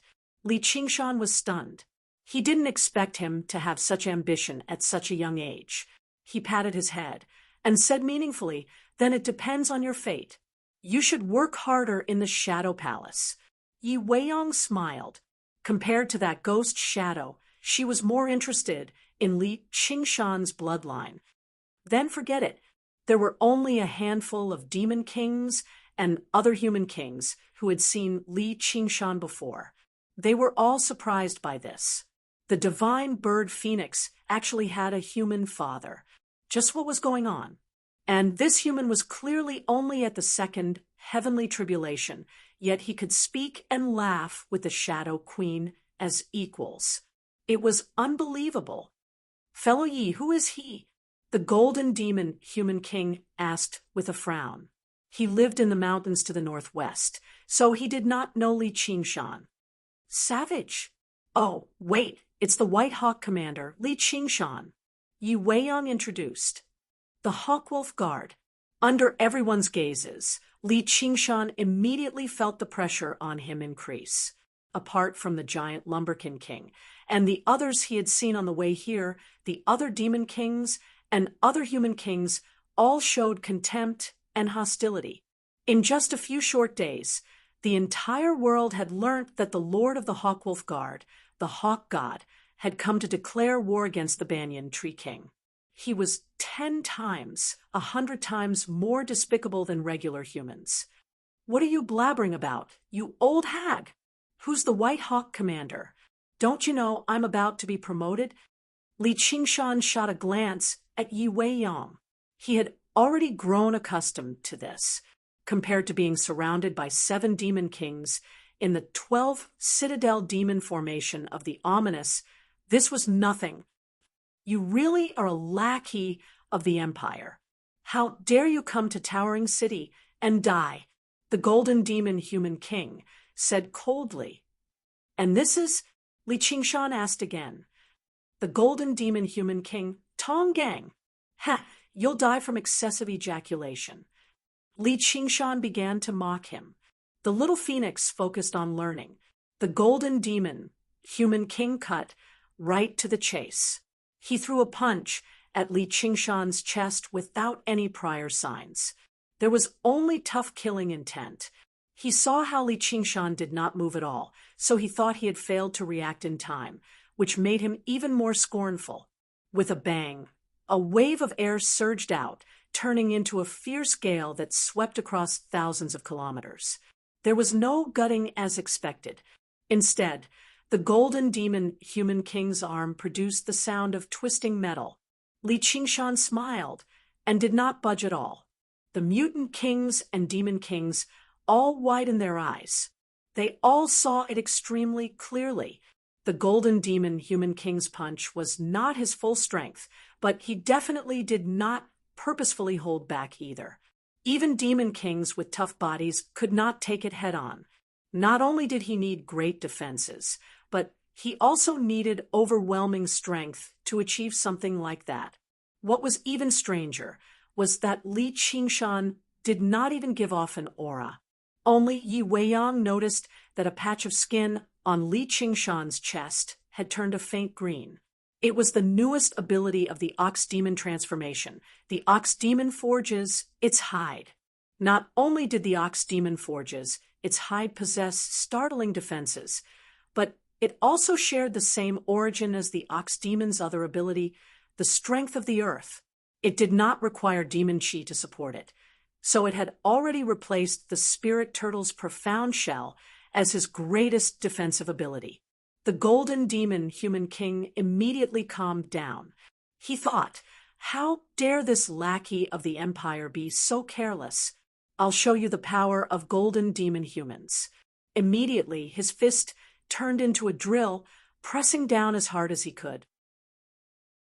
It began to spin madly and shone with golden light. Li Qingshan raised an eyebrow. He felt a piercing pain on his skin. If he let him drill a few more times, he really would not be able to endure it. As it seemed, the Ox Demon forges, its hide was not invincible. If he continued to stand there without moving, he would end up ripping through his skin. As a result, He casually grabbed the drill. With a splash of sparks, the drill forcefully stopped spinning and twisted in his hand. Actually, what Li Qingshan did not know was that golden demon humans spent most of their time searching for precious metals underground. This drill was a special ability that they had trained since they were young, yet it actually failed to drill through his skin. This was already enough to terrify the golden demon human king. If this were a regular battle, the clash would be over in a split second. He would never have the opportunity to drill through slowly. "I'll return a punch to you." Li Qingshan waved his fist and said, casually. The golden demon human king's eyes revealed a hint of astonishment. Although there was no aura fluctuating on the fist, it gave him the feeling that the mountain was about to collapse and the earth was about to split. "All right, Qingshan, stop joking around." The Banyan Tree King's voice sounded in towering Sky City. "Is there a need to be so timely?" Li Qingshan shook his head. He knew that the Banyan Tree King appeared at this time because he wanted him to use his strength to introduce himself. He wanted to let all the demon kings and mutant kings know that the name Li Qingshan was not a joke. Li Qingshan's fist descended and patted the golden demon human king's shoulder. "You owe me a punch. I'll be waiting for you to hit me anytime." At this moment, the doors opened one by one.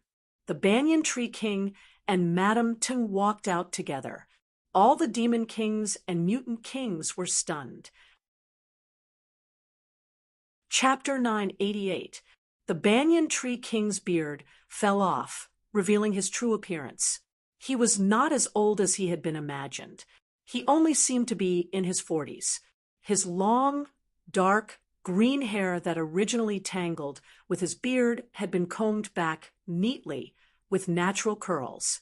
A pair of long eyebrows reached his temples, making him seem extraordinarily handsome.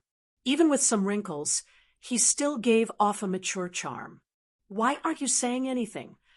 the Banyan Tree King asked with a smile. He subconsciously reached out to touch his beard, only realizing it was gone when he touched thin air.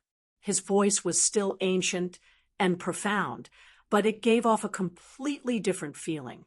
Li Qingshan broke into laughter. He was nowhere near the erudite old man in his impression. He was clearly a handsome middle-aged man. If it were not for his gentle, deep eyes, he basically would have suspected he was a different person. Only then did the kings return to their senses. They all bowed and congratulated him. Turbulent, chaotic auras immediately gathered around the Banyan Tree King. Only now did Li Qingshan deeply sense that this was a colossal group of demons and other folk. As the Banyan Tree King became the god of the Mist Province, they became even more united. "Tree King, who are they?" The silver snake glanced at Li Qingshan and the others. When he recalled just now, he still felt lingering fear.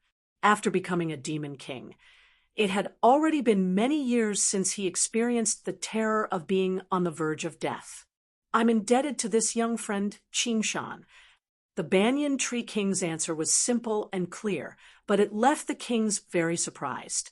Every single person here had been indebted to the Banyan Tree King. It had always been the Banyan Tree King who showed favors to others, so why had they been indebted to Li Qingshan? "Being indebted to me is being indebted to me.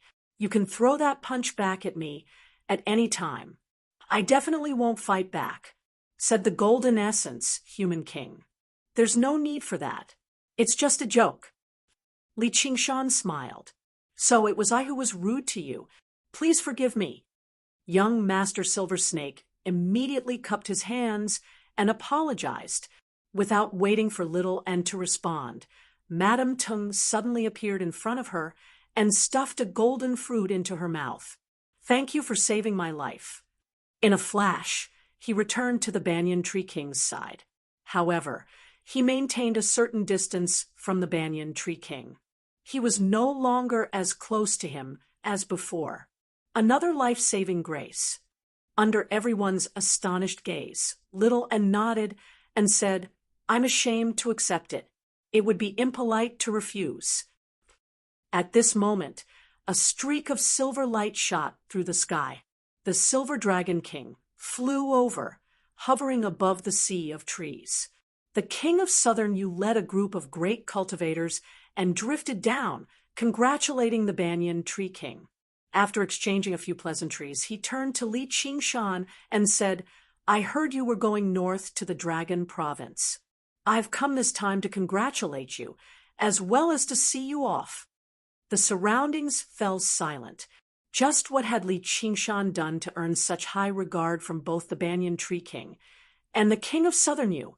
Only Yi Weiyang and Yi Duanhai, who had witnessed the battle in person, just now understood that this respect was not excessive at all. "You're far too polite, Your Majesty." Li Qingshan smiled. "You don't want me to return to the Green Province, right?" The Green Province and the Mist Province were still in a state of war. With the King of Southern Yu acting so close to him, it was difficult to say how the King Chu Lai's estate would react. However, just like how one did not slap a smiling face, he could not blame him for being too polite. Not to mention, he had never planned on becoming involved in the war between the two provinces in the first place. Chu Lai King's thoughts were no longer important to him. "If you can stay in the Mist Province, that would be for the best. I'm always waiting for the position of honored guest." The King of Southern Yu was amiable. "Then I sure am flattered." Li Qingshan's voice carried a hint of mockery. "There's no need for that." The King of Southern Yu smiled, completely ignoring him. The others were confused. They had never thought of that. "It's quite late. Everyone, please get into character." The Banyan Tree King raised his hand. As a result, Li Qingshan stood beside the two kings who stood at the apex of the Mist Province and entered Towering City. A cultivation at the second heavenly tribulation just seemed rather strange. At the banquet, the King of Southern Yu suddenly pointed at a black mark on the Banyan Tree King's hand and asked, "What's this?" Li Qingshan immediately realized that this was originally a flaw in the Mist Province cauldron formed from the Demon Cauldron. As it seemed, becoming a god of the Mist Province came with a corresponding price.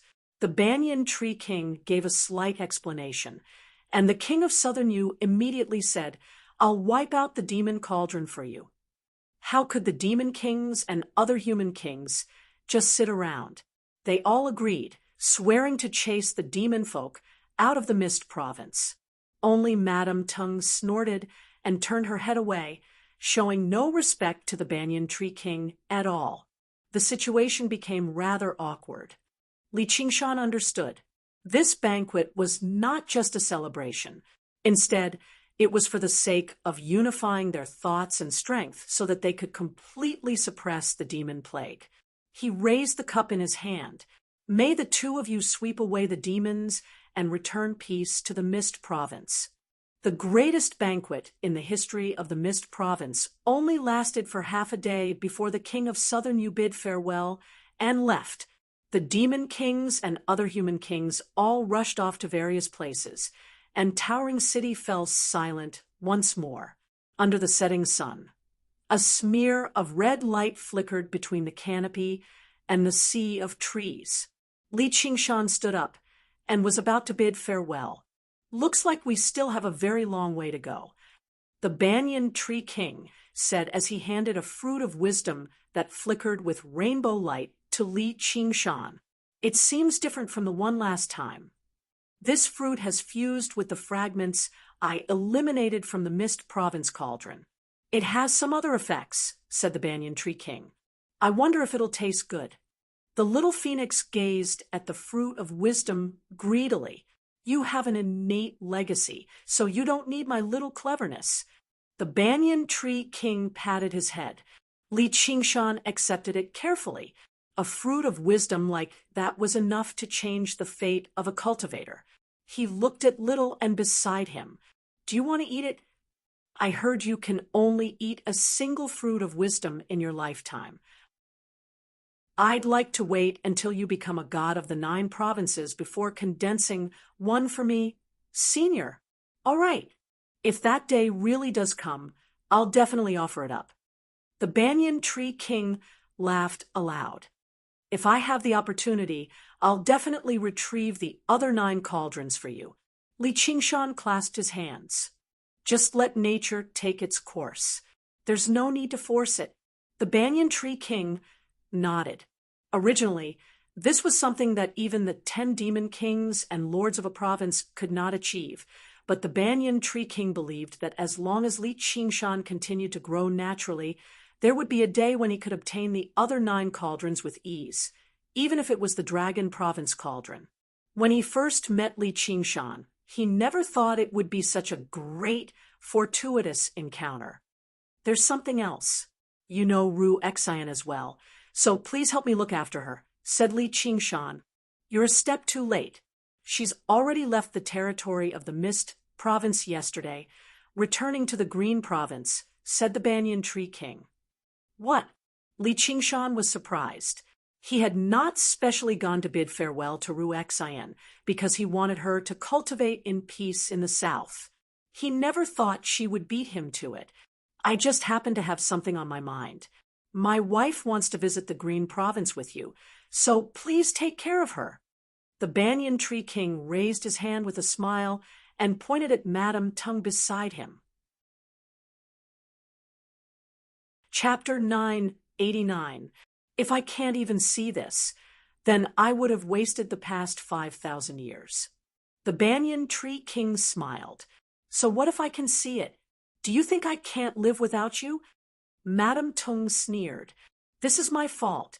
You should have gone out a long time ago. You would have realized that the world is so vast and not what you have seen in the past 5,000 years. I just happen to be the first tree you have met.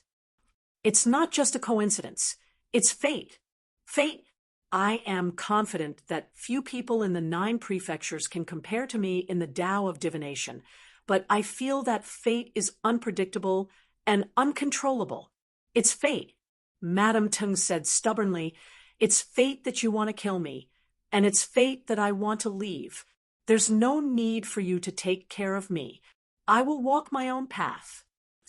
As she spoke, Towering Sky City shook, and a loud rumbling sound came from below. The sun vines that coiled around the great banyan tree began to curl up and finally turned into a curved golden light that entered Madame Tung's body. The sunflower on her head suddenly shone brightly like the blazing sun before slowly shrinking and disappearing. It wasn't that plants couldn't move, but it was more suitable to cultivate if they stayed in one place. After the sun vines became a spirit monster, they didn't have to be parasitized to survive. They just had to pay a price. After completing the transformation, Madame Tung said hatefully, "Go be the god of the 9 prefectures, damn old man." With that, she turned into a golden light and shot towards the north. The Banyan Tree King gazed into the distance until Madame Tung completely disappeared in the horizon. Just now, he closed his eyes gently. Li Qingshan opened his mouth, but he didn't know what to say. He patted the Banyan Tree King's shoulder.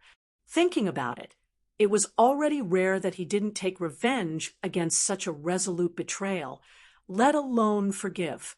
The Banyan Tree King's image had been changed for nothing. Please take care of me. The Banyan Tree King turned his head and sighed. Don't worry. Li Qingshan felt as if the positions of the Banyan Tree King and Madame Tung had been reversed. Moreover, Madame Tung's strength could be said to be the strongest among the demon kings. She didn't need anyone to take care of her. It's getting late. You should set off. Li Qingshan said, let's go back. He spread his phoenix wings and flew towards the north under the illumination of the setting sun. Little and Little Phoenix followed closely behind. On the way, Li Qingshan said to Little, and you guessed wrong this time. You really haven't forgiven me, right? Do you think the phrase, let nature take its course, don't force it was meant for you? Little and looked to the north. You mean? Li Qingshan was stunned. If my guess is correct, Madame Teng's trip to the north this time is most likely to find an opportunity to seize the Qingzhou cauldron. Little N looked back and smiled. Does she still want to stop the Tree King from becoming a god? Li Qingshan said in surprise. This seemed to be the only reasonable explanation, but it also seemed a little strange. Since the Tree King has already taken this step, he can no longer turn back. How can he be stopped? Little and shook his head slightly. You mean she did it to help him? Of course. This can't be. Li Qingshan felt that this was too unbelievable. Originally, Madame Teng was the staunchest opponent of the Banyan Tree King becoming a god. After suffering a fatal blow, she suddenly became a supporter. She didn't hesitate to take a great risk to seize the Qingzhou cauldron, since she still believes that it's fate. Little N's voice was faint. What fate? I think she is blinded by lard. Li Qingshan smiled disapprovingly. That's true. They headed north until they reached the border of the two prefectures. Li Qingshan said quietly, Qingzhou, I am back. There was a small city surrounded by mountains. The three words, Qingyang City, were deeply engraved on the city walls. They had already become rather mottled from the erosion of wind and rain. Under the setting sun, they seemed rather bleak. A locust landed on the point above the word city. Its emotionless compound eyes were reflected red by the setting sun. It paused for a moment before flapping its wings and taking off again, merging into the swarm of insects that filled the sky. Sir, let's go. If we don't go now, it'll be too late. Frantic footsteps rang out everywhere in the government office. The advisor's call made everyone shiver. What are you panicking for? It's just a few insects. Don't tell me they can eat us. Under the plaque hanging high above, a fat figure turned around and stared at the advisor with bulging eyes. He wore a set of large red official robes. He was the district magistrate of Qingyang, Yi Dachuan. His hair and beard were white, and his face was covered in wrinkles. He already seemed rather old. However, having been an official for many years, he had developed a bearing of authority. He was not as miserable as when he first took office.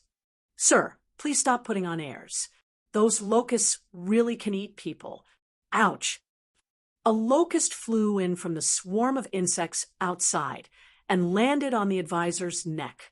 He cried out and extended his hand in a hurry to catch it, but the locust crawled onto his face again. Smack! Yi Dachuan raised his fat hand and slapped the advisor across the face before patting him on the shoulder.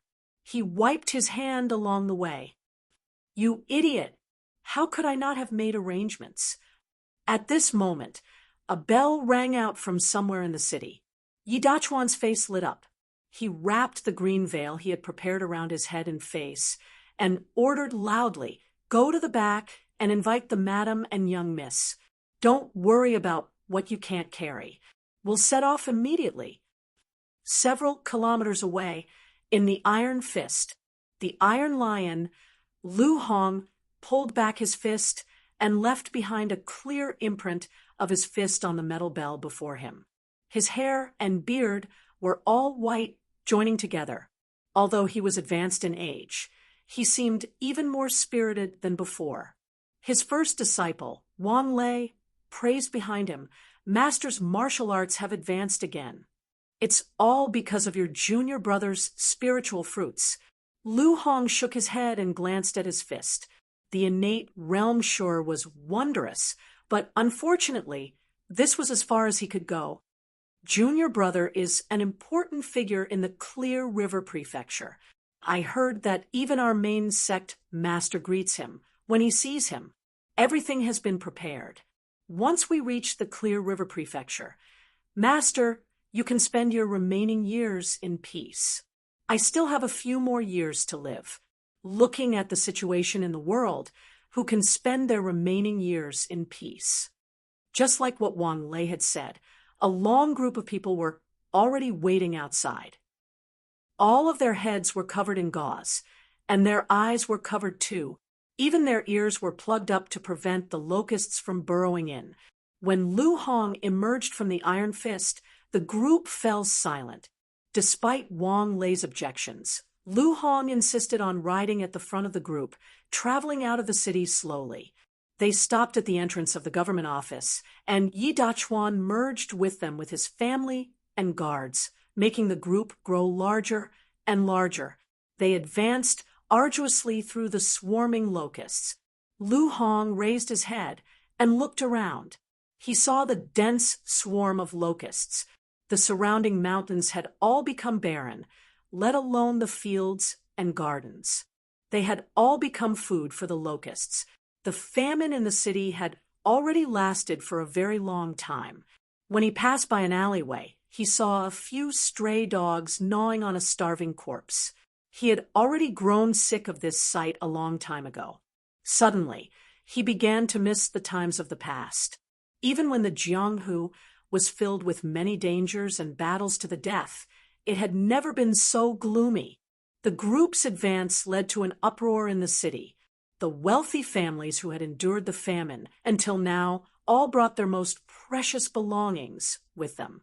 Even if they could still last for a very long time with the surplus of food in their homes, their minds would collapse first. This was not a regular plague of locusts. The rumor of locusts eating people had already spread for a very long time before the first locust arrived. No one knew when the insects that ate grass would become the legendary man-eating monsters. And in the past few days in the city, many people had reported seeing a huge locust that specially hunted people at night. So their fear became heavier and heavier. Everyone believed that they would only be truly safe in Clear River City, and Lu Hong and Yi Dachuan's choices gave them even more confidence. "Master, what do we do?" Wang Lei urged his horse to travel with Lu Hong as he asked with a frown. "They're all from the same village. Let them follow us. Your junior brother has his own plans." Lu Hong said, "At the end of the day, there were only a few people who could keep up with the group. The poor people who only had a pair of legs and were half dead from hunger were unable to keep up. However, this gave them an opportunity. They could rely on the food that the fleeing wealthy families had left behind to last a little longer." The group passed through the city gates in a grandiose manner, setting off towards the distant Clear River City. Lu Hong suddenly felt threatened. He looked back at the sky, but he was unable to see anything. "Master, what's wrong?" "Nothing. Let's hurry to Xiachuan village." Unbeknownst to Lu Hong, a locust was currently watching him from within the swarm of locusts. This locust seemed no different from regular locusts, but it did not go around eating like its own kind. Instead, it hovered in the air quietly, overlooking the entire Qingyang city. Faint demon Qi revolved around it. Actually, Qingyang city was located in a remote location, and it was located on the outskirts of the boundless mountains, so it had not become the soaring locust king's target. The locust plague had only reached here very late. Within the locust plague of Qingyang city, there was only a single weak clone that guided and controlled the entire swarm of locusts. Its objective was to plant enough eggs and provide a source of soldiers for the entire plague of locusts. At the same time, it would create a great famine and wipe out the source of soldiers of the humans. In terms of strength, this clone was not even the opponent of the innate master, Lu Hong. It would probably struggle to deal with the master of the Iron Fist, Wang Lei. Myriad clones was an extremely terrifying innate ability, but there were many prerequisites for it. Moreover, with a tremendous advantage in numbers, it was very difficult to guarantee the quality. If it were like Li Qingshan's Water Mirror's image, where every clone possessed 30% of the original's battle prowess, the soaring Locust King would have been invincible a long time ago. Why would it still need to hide its original body? After the group had traveled far away from the city, the locust wrapped in faint demon Qi suddenly swelled up. It was the size of a calf, and it swooped down with a flap of its wings. Below, a group of people were currently breaking down the door in an attempt to barge into the granary left behind by a wealthy family. A wave of madness swept over them, and they all turned around. They cried out in fright, "Giant locust!" The giant locust swept through the crowd in an arc before rushing back into the sky. It carried a skinny human in its 6 legs as its cries reached the sky. With a bite from its sharp mouth, the cries immediately vanished, turning into slurping and chewing sounds. Even the bones were chewed and swallowed. By the time it had swallowed everything, the giant locust had grown even larger. Chapter 990. The group traversed through the mountains, but they did not see any greenery along the way. The sound of locusts flapping their wings was omnipresent. Coupled with the fear of the unknown ahead, it made them restless and uneasy. Arguments would erupt from time to time, or even swords would be thrown at one another. Lu Hong could not walk at the front anymore. He rode his horse to the front and back of the group, using his dignity as an innate master to intimidate everyone. They arrived before a narrow valley. Lu Hong suddenly stopped his horse and waved his hand for the group to stop. He said loudly, "Friend, where are you from up ahead? Don't sneak around. Come out and meet me." Using his innate true chi, his voice reverberated through the valley. "Haha, and I was wondering who it was. So it's the Iron Lion. Do you still recognize me?" A large man climbed up a huge rock and gazed at the group below. His face was sallow like he was ill, but his eyes shone brightly. He held a large bow in his hand. Many figures stood up on the 2 sides of the valley with a rustle, all holding bows and arrows. "Huang Bingu." Lu Hong's eyes narrowed. Although he had become an innate master through a pile of spiritual fruits, he could tell that Huang Bingu had already reached the 7th layer. Having split open his sea of qi, he had surpassed the cultivation of the masters of the Jianghu and become a true qi practitioner. He clasped his hands. "Manor Lord Huang, it really has been a while. I heard you've been traveling around, but I wonder when you've returned to the mountains and started doing business like this. I've made a fool of myself in front of Schoolmaster Lu. Demons run amok right now, and the mountains are no longer a paradise.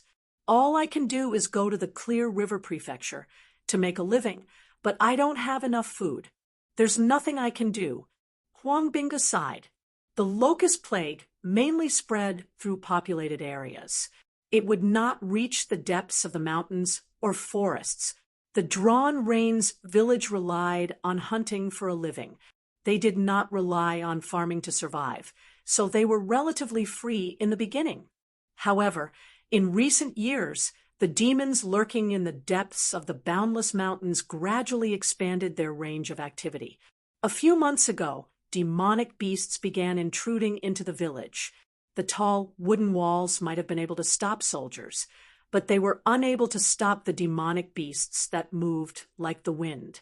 In just a few days, people would lose their lives. The demonic beast basically treated the Drawn Rains village as a sheep pen, able to come and catch a few people and eat them at any time. Drawn Rains village had no choice but to invite Huang Bingu back. They had spent a great deal of effort to kill the demon beast, but nearly 100 people from Drawn Rains village had died. However, if it was a demon that had come, it was uncertain who had died. Huang Bingu had no choice but to move the entire village, but the Drawn Rains village did not have that much food in reserve, which was why this happened. Huang Bingu could casually kill a qi practitioner at the 1st layer of qi practitioner, but Lu Hong was a little troublesome. It was not that he was afraid of the Iron Fist, but that the old man had a good disciple, the current head of the agricultural family. Li Long, sect leader Lu, take the Iron Fist disciples and leave first. Although I don't want to do this, I can't just watch my children starve to death.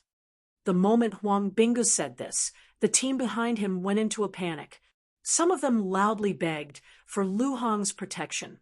while others scolded Huang Bingu. With a swoosh, an arrow was shot out of nowhere. The person who was cursing was hit and fell to the ground. The crowd was in an uproar. "Murder! What are you howling for? All of you shut up!" Lu Hong bellowed out furiously. With the prestige he had accumulated in Xinjiang City over all these years, the group immediately quietened down. He did not pity the person who had been shot to death at all. How could a mighty Qi practitioner be cursed just like that? Even second or third-rate figures of the Jianghu would kill someone with a blade. "Brother Huang, why don't we go to the Clear River Prefecture together? I'll deal with the matter of food. It'll be a little safer on the way too." Lu Hong thought about it. The disciples of the Iron Fist did not grow up from the ground. They had many connections with the wealthy clans behind them. If he allowed Huang Bingu to plunder them as he pleased, their morale would immediately disperse. However, if he stubbornly refused, Huang Bingu was no pushover either.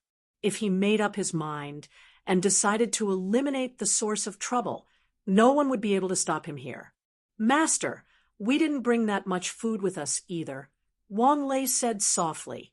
"Collect all the food and redistribute it according to the number of people. If you don't want to, then piss off." Lu Hong yelled, "Thank you, Old Sect Master Lu." Huang Bingu clasped his hands, and the hunters of the Drawn Rains village descended from the two sides of the valley. Then he ordered, "Take out our stored food too, and let Old Sect Master Lu distribute it." The hunters handed over their dried meat and other food silently. All of them were expressionless, but they gave off a sense of ruthlessness that could erupt at any time. The painful experiences of the past few months had suppressed and twisted their personalities. Let alone stealing some food, they would even eat people without hesitation. Even the disciples of the Iron Fist who collected the food were cautious when they approached them, let alone the others. None of them were bold enough to break away from the group, handing over their stored food obediently. The group set off, once again, passing through a few more mountains before finally arriving at a mountain pass. Vast plains appeared before them, but not a single stalk of rice was to be seen. There was only endless barren land. Perhaps because it was too barren, there were not many locusts flying about. The group advanced silently. The villages and towns along the way were all abandoned. There was no sign of human activity at all. Lu Hong took the lead. The group traveled day and night, hurrying towards the town of Xiachuan. "We'll rest for a while," Lu Hong ordered. It was noon right now, and the sun was blazing like fire. Everyone was drenched in sweat, utterly exhausted. They used this opportunity to rest. "The town of Xiachuan is already close. Once we get there, we'll be able to follow the river and reach the prefectural city of Clear River. There's no need to walk anymore." Wang Lei boosted their morale loudly. "Looks like Old Sect Master Lu has already prepared a boat. I wonder if it'll be enough?" Huang Bingu probed. Even the largest boat could not fit so many people.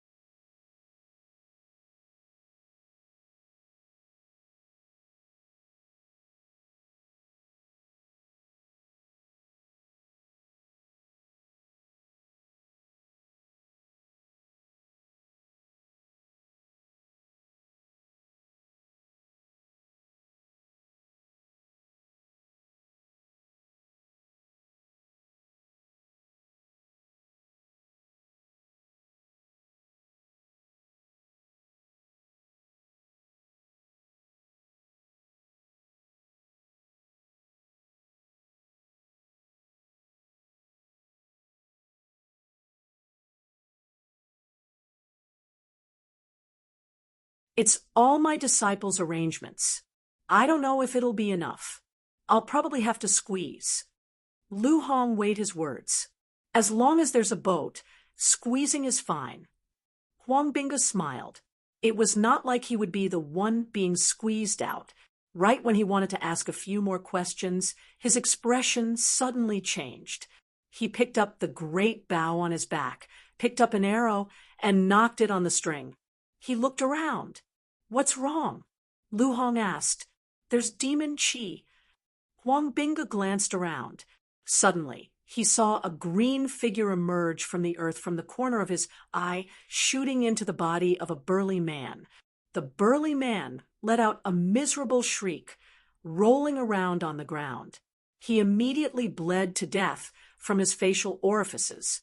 Huang Binga's fingers loosened, and the arrow shot through the air, entering the corpse of the burly man and exploding violently.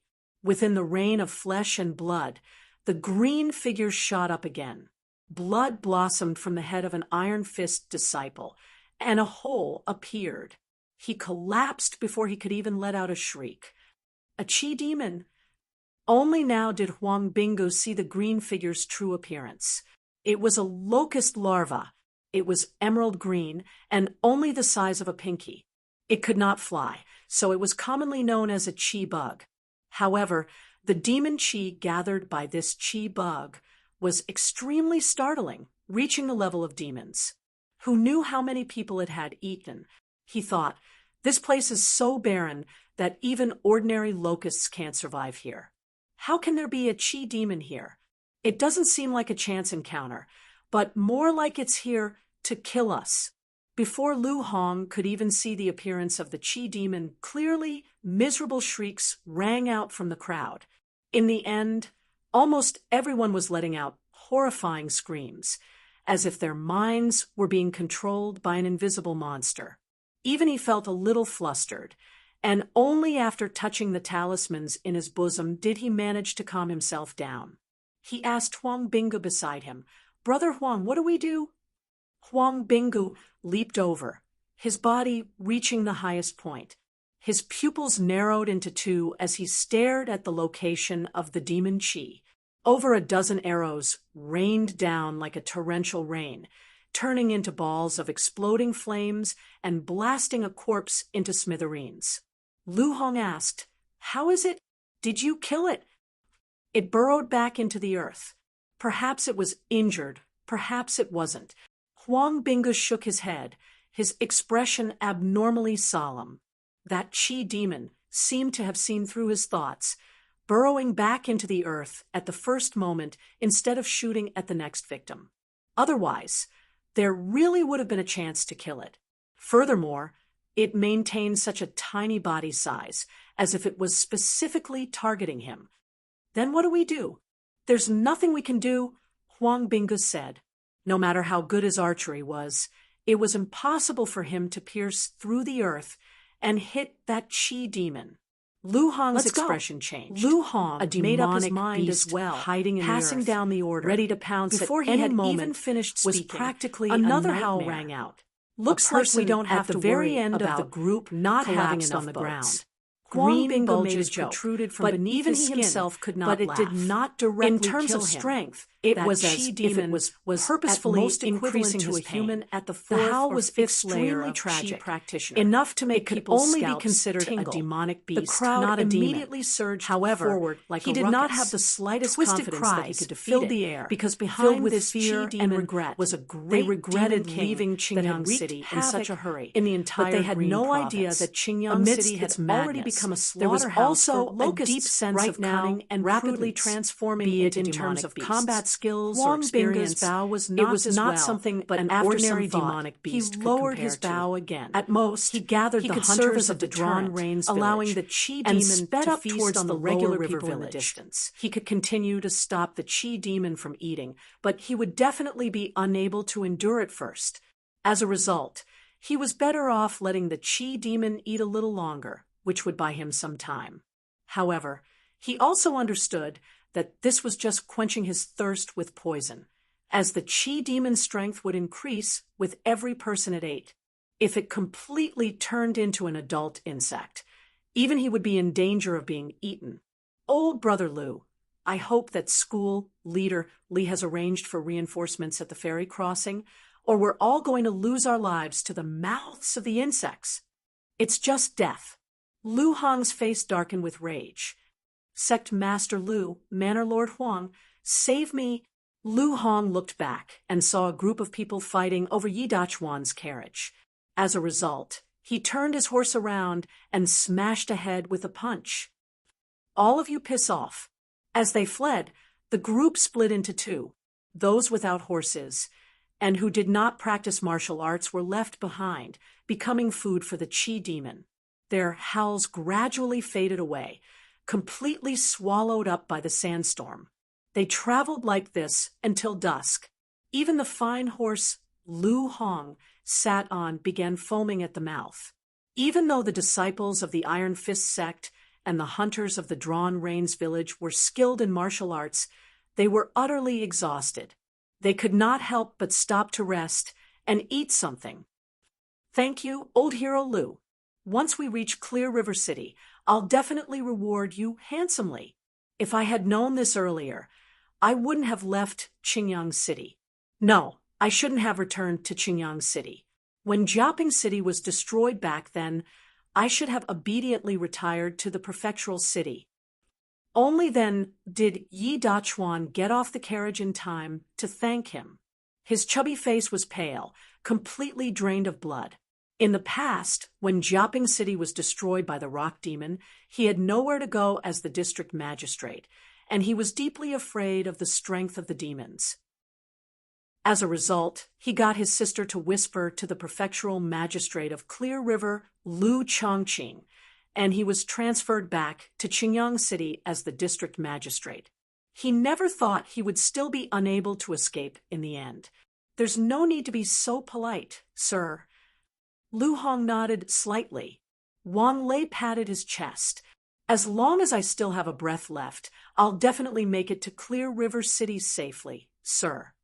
Yi Dachuan's sister was the beloved concubine of the prefectural magistrate of Clear River, Lu Chongqing. Although she was old and frail now, she had given birth to a son and a daughter for Lu Chongqing, so her status had instead become even more stable. Yi Dachuan had mentioned this matter for many years. Wang Lei could not forget it even if he wanted to. He knew his relationship with Li Long was not exactly harmonious, so it was good to have an additional path. "Thank you, Sect Master Wang." Yi Dachuan thanked WNG Lei again, but he didn't really trust WNG Lei's guarantee. Sect Master WNG already had a hard time protecting himself when the leprechaun attacked, let alone protecting Yi Dachuan. Yi Dachuan suddenly thought of someone. Sigh, if Qingshan was here, he wouldn't be in such a difficult situation. "Sir Yi, you're overthinking it. Do you still treat him as your constable?" Huang Binga smiled. "If Li Qingshan were here, a measly demon would be nothing. I heard from Li Long that he's the White Hawk commander of the South Sea Commandery of the Mist Province right now. He occupies a place called Savage Mountain, and he's known as the King of Savages. Even the King of Southern Yu shows some respect when he sees him," said Lu Hong. "Really?" Huang Binga was filled with disbelief. Only after embarking on the path of cultivation did he truly understand just how lofty in existence the lord of a province was. "I found that rather hard to believe, but that disciple of mine would never lie. I've even punched him several dozen times in the past." "Time sure passes quickly." Yi Dachuan sighed. "Are you talking about Li Qingshan?" A shrill voice drifted over with the wind. "Who else could it be?" Yi Dachuan said, only to see Huang Binga's expression change drastically. Lu Hong also raised his fist, gazing at the barren slope nearby cautiously. By now, the sun had already sunk below the horizon. Only the west was dyed red, and a few cold stars lit up in the sky. On the barren slope, a withered tree extended its branches like a huge, withered hand, as if it wanted to grab a star. A tiny caterpillar lay on the branch of the withered tree. The shrill voice originated from its mouth. We've actually only noticed it when we're so close. The situation doesn't look good. Huang Binggu sharply noticed that a smear of grayish yellow had appeared on the caterpillar. It was rapidly transforming into an adult. Once it completely transformed, it would be the end of everyone. Chapter 991. A great demon king that had wreaked havoc in the Green Province and eaten countless people was actually connected to Li Qingshan. Lu Hong and Huang Binggu glanced at one another. They were both in disbelief. We've all been old friends of Qingshan for several decades. You should be thanking him for sparing our lives. Yi Dachuan said loudly, "Of course. A friend of a friend is a friend. If you had told me earlier, why would I want to eat you?" The monster Yao flapped its wings and flew off the branch, disappearing into the desolate slope. Fantastic! Yi Dachuan sat on the ground, while the others all let out sighs of relief. Their faces were filled with joy from escaping death. "Brother Huang, what do you think?" Lu Hong frowned. He felt like the monster Yao had left far too easily. "That's hard to say. We're done resting, so let's hurry up." Huang Binggu did not want to entrust the lives of the entire village to the loyalty of a demon. "I think so too." Lu Hong nodded before giving the order to set off. "Sect Master Lu, since the demons have already retreated, why are you in such a hurry? Even the horses can't take it if you keep going like this." Some people were unwilling to leave. After running for an entire afternoon, even riding a horse left them exhausted. As soon as they relaxed, they felt like the ground of the summer night was as comfortable as a soft bed. "If you want to stay, then stay." Lu Hong tossed that down coldly and mounted his horse. He used true qi to regulate the horse's breathing along the way, so the horse retained some vigor. Now, it raised its hooves and galloped off into the distance. Everyone could only prop themselves up and follow him. Some people simply did not want to move anymore or could not move anymore after the threat of death was gone, so they stayed behind. They considered whether they should return to Qingyang City or not. On the other hand, the hunters of the Drawn Rains village traversed the mountains all year round. Coupled with the care of a seventh layer qi practitioner like Huang Binggu, they managed to endure it with some difficulty. "Old Manor Lord, I really can't move anymore. You should go."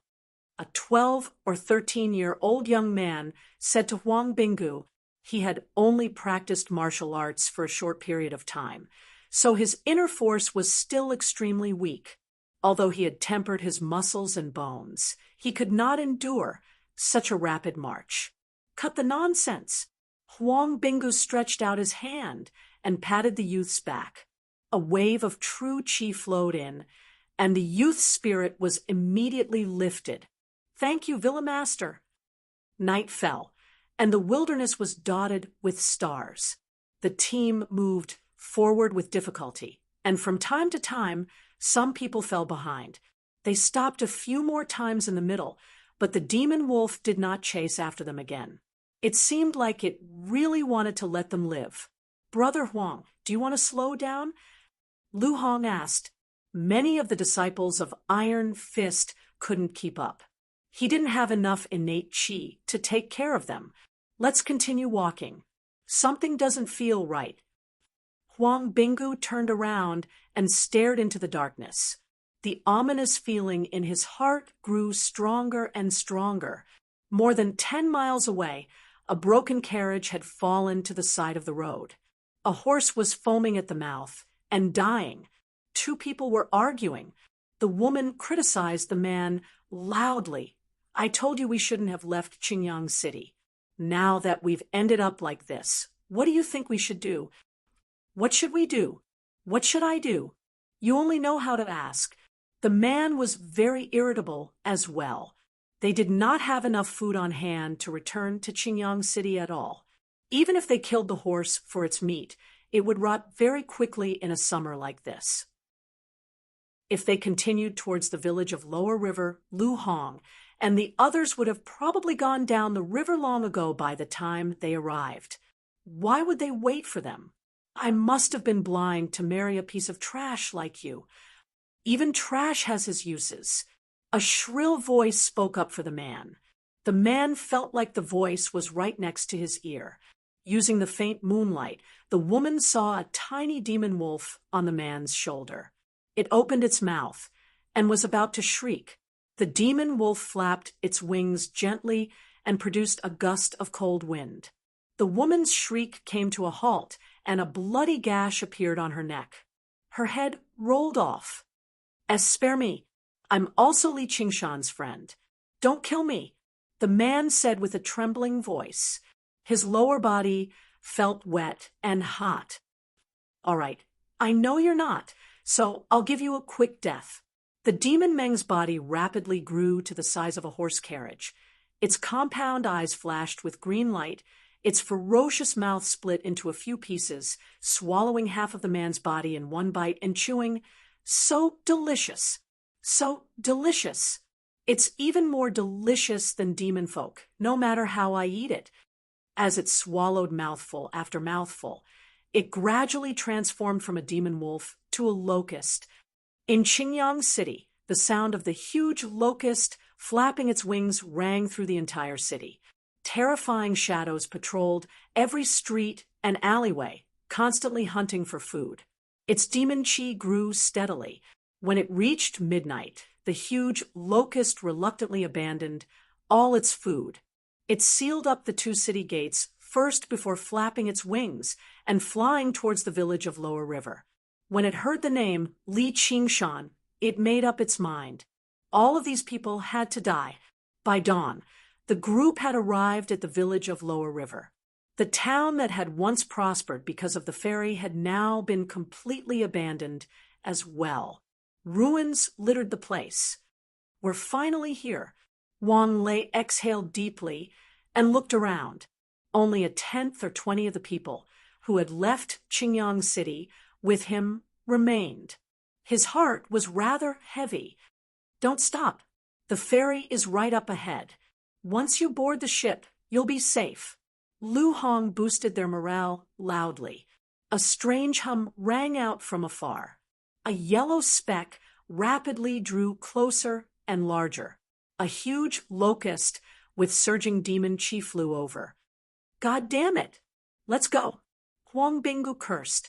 He leapt onto a restaurant on the side of the road and shot an arrow. The flying locust dodged the arrow with a slight tilt. It said hoarsely, "My good friends, don't run. Let me have a taste of your flesh and blood." Twang, twang, twang. The bowstring thrummed as Huang Binggu shot arrow after arrow, unleashing his ultimate technique of rapid fire. Too slow, too slow. The flying locust's colossal body turned into arcs, dodging every single arrow gracefully. It did not slow down at all. Even if it could not dodge, it would knock the arrows aside with a gentle sweep of its front foot. Huang Binggu's face sank. He had been on the move for an entire night, constantly channeling true qi to his clansmen. His condition was very horrible as well. He was not the opponent of this fully fed locust demon at all. If he wanted to emerge victorious, he had to take the risk. A fierce gust of wind blew over. Its vicious mouth opened, biting towards his head. A gleam of light flashed through Huang Binggu's eyes. This was the opportunity he had been waiting for. He immediately drew his bow like a crescent moon. Rings of true qi coiled around the arrow, ready to shoot. Behind you, there's another one. Lu Hong's voice twisted as he warned loudly. All of Huang Binggu's hairs stood on end. Demon qi assaulted him from behind, but it was already too late for him to dodge. He felt a stabbing pain from his back, and a flying locust the size of a thumb pierced through his chest.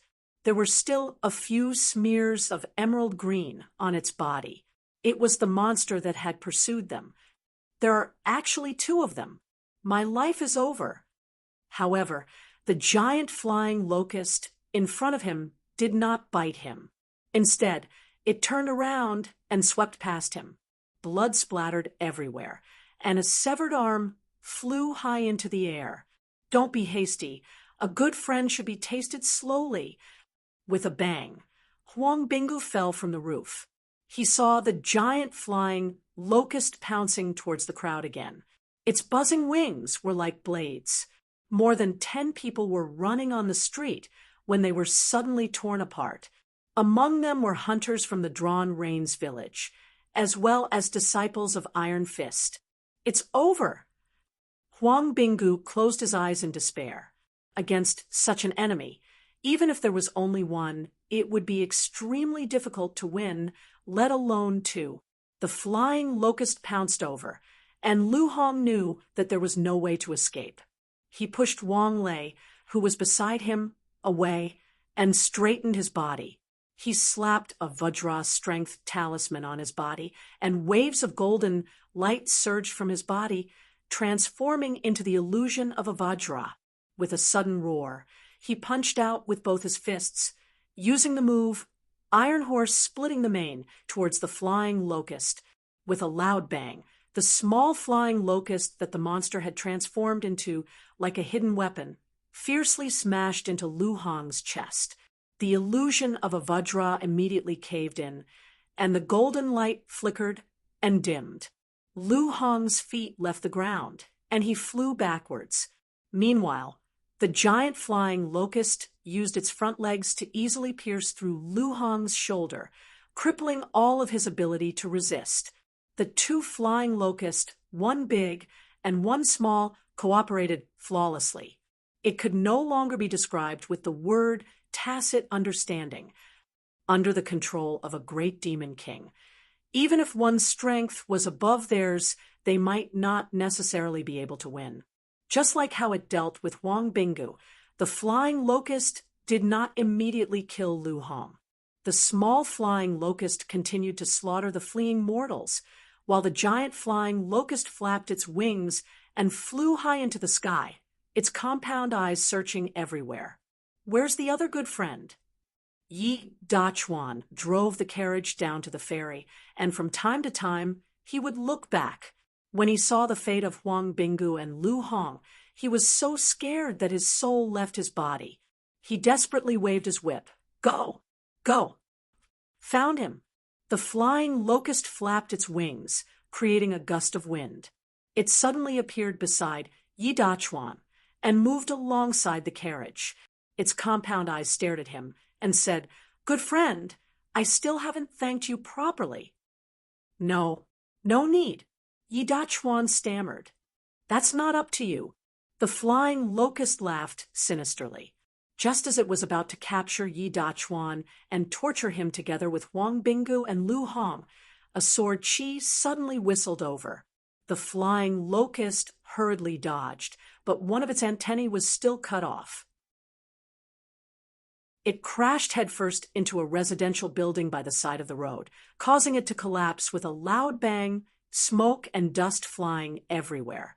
Yi Dachuan saw a red-clothed man holding a large sword lightly step on the shaft of the carriage, and in a flash he swung his sword towards the collapsed residential building. With a whoosh, the small flying locust shot towards the red-clothed man's head. The red-clothed man lowered his sword and slashed to the side, forcing the small flying locust to retreat. With a loud bang, the broken bricks and tiles flew everywhere.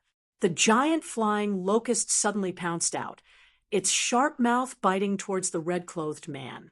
The man struck out with his palm. He wore a fiery red glove on the hand that did not hold the sword, and with a flash of red runes, it immediately transformed into a giant burning palm of flames, slapping the flying locust away. Scarlet Eagle Guard, 10th Layer Chi Practitioner. Huang Bingu was overjoyed. He leapt up from the ground, picked up his severed arm, and held it in his mouth. Holding a long arrow that flickered with spiritual light, he charged forward. The Scarlet Eagle Guard had already reached the peak of Chi practitioners. He had opened all the meridians in his body, and with a palm and a sword, he was able to suppress the two flying locusts, one large and one small. With Huang Binggu watching from the side, the flying locust was pushed back again and again, finally fleeing in two different directions. Kiki, another good friend, come and kill me. The Scarlet Eagle guard wanted to pursue, but when he saw the corpses all over the ground, he stopped. No matter which side he chose to pursue, he might be able to succeed in the end, but everyone here would have to die with him. Thank you, fellow Taoist, for saving me, Huang Binggu said. Wang Lei also came forward to express his thanks while supporting Lu Hong. Chapter 992. Don't tell me you're the former Lord of the Proud Sword Manor. I've heard a lot about you. Lu Hong was surprised. In the past, the Proud Sword Manor possessed some renown in the Jianghu, but it was rumored that the lord had vanished afterwards, and the Proud Sword Manor declined. He never thought it would become such a powerful qi practitioner. That was a very long time ago. I never thought someone would still remember it. Yu Shuquang laughed aloud as his full beard trembled. Please wait a moment. We can't leave these corpses for that wretched demon. He waved his right hand, and true qi surged, gathering the corpses into a pile.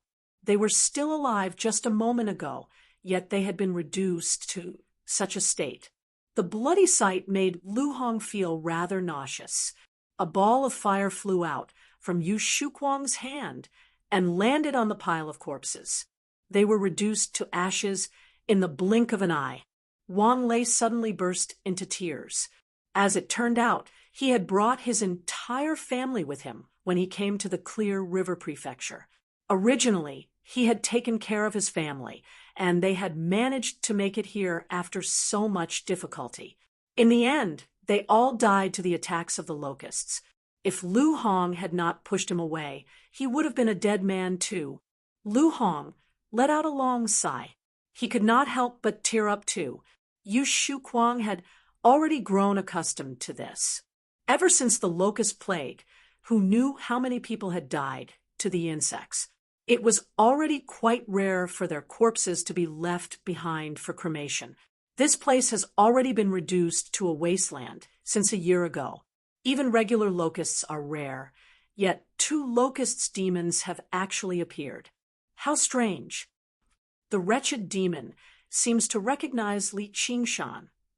Huang Binggu hesitated before describing how he had conversed with the Gu demon. Li Qingshan. Yu Shuquang was taken aback. His path of cultivation had a lot to do with Li Qingshan. He said, seriously, I know a thing or two about this. The Soaring Locust King was originally suppressed in the Demon Suppression Hall of the Chan Monastery of Devanaga. Afterwards, it bewitched an eminent monk and escaped somehow. I've never heard that it's connected to Li Qingshan. Based on the current situation, I'm afraid it's not gratitude, but enmity. This is troublesome. Huang Binggu's expression darkened. Based on the speed at which the locust demon was growing, it was more than enough to deal with them. Now that it had summoned another locust demon, it was clear that it was determined to capture them. Moreover, it was not in a hurry to kill them. Instead, it wanted to keep them alive to slowly torture them.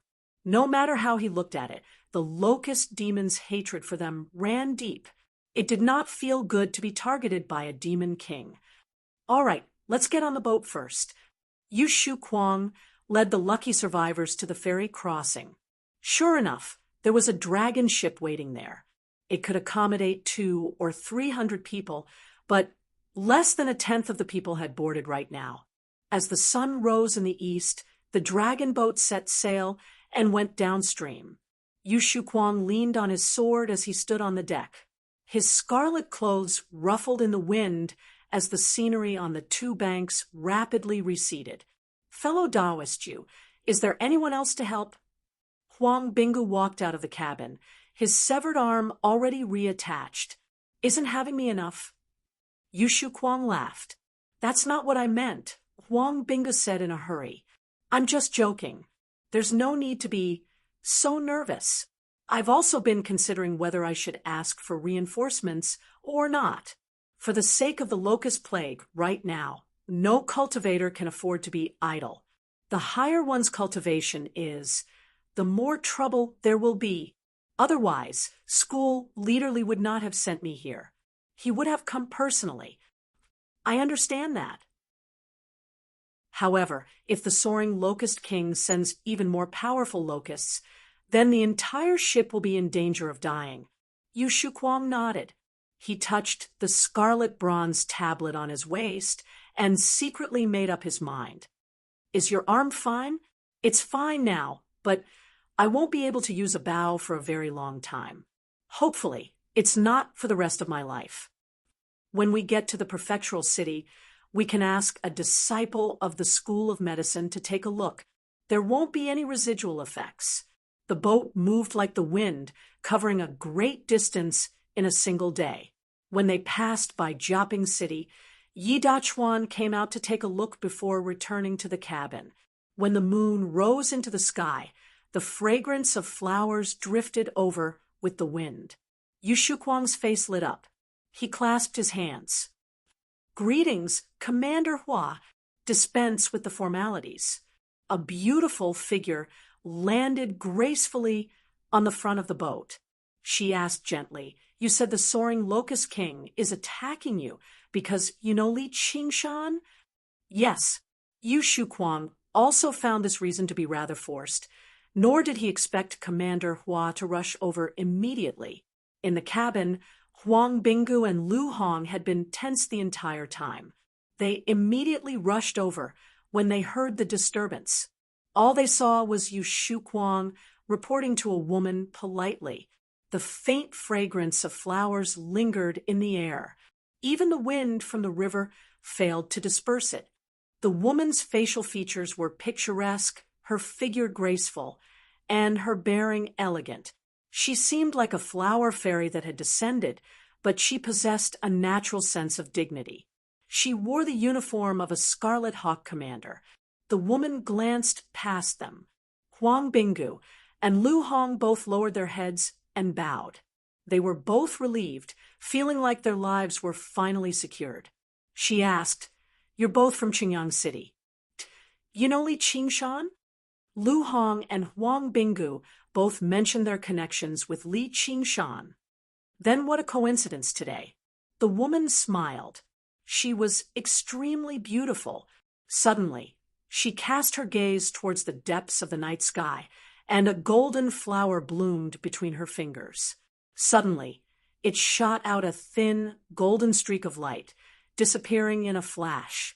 A locust turned into the size of a regular locust and flew through the air, tailing behind the boat from afar. They were simply too far away, such that even Yu Shuquang failed to discover them. However, it was exactly because of this that he only focused on the tiny boat, that he overlooked Commander Hua's arrival. Suddenly, there was a flash of golden light. Before he could even respond, he was pierced, falling out of the sky. Only then did Yu Shuquang and the others realized that they had been tailed the entire time. They all felt lingering fear. Fortunately, they had not called for reinforcements earlier, or they really would have died a horrible death if the even stronger locust attacked. Now, we'll see just how deep the soaring locust king's hatred runs.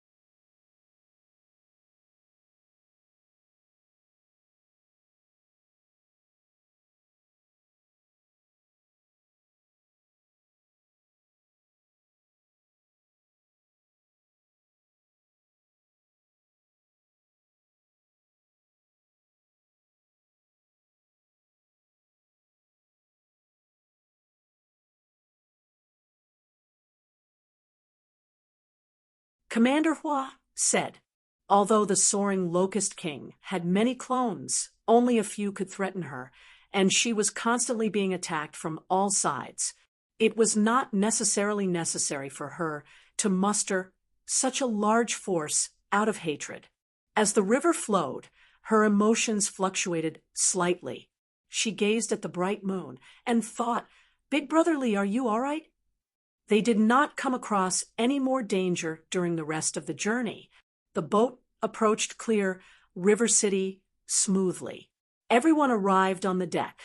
The city was brightly lit under the night sky, reflected in the water of the clear river. The hustle and bustle carried over with the night wind, displaying a long-awaited liveliness. Finally, it was no longer a desolate sight, which roused everyone's spirits. Before Yu Shuquang and the others could celebrate, Commander Hua suddenly looked back. All they saw was a black cloud rising up from the horizon. It was a cloud composed of millions of locusts. There were countless clones of the soaring Locust King, with demon chi as well. They lunged towards the boat and Clear River City with an aura that could devour everything. This was the true plague of locusts. Before this devastating disaster, Yu Shuquang and the others all changed in shock. Alarm bells rang out in the prefectural city of Clear River, ringing in everyone's hearts. What heavy demon chi up ahead?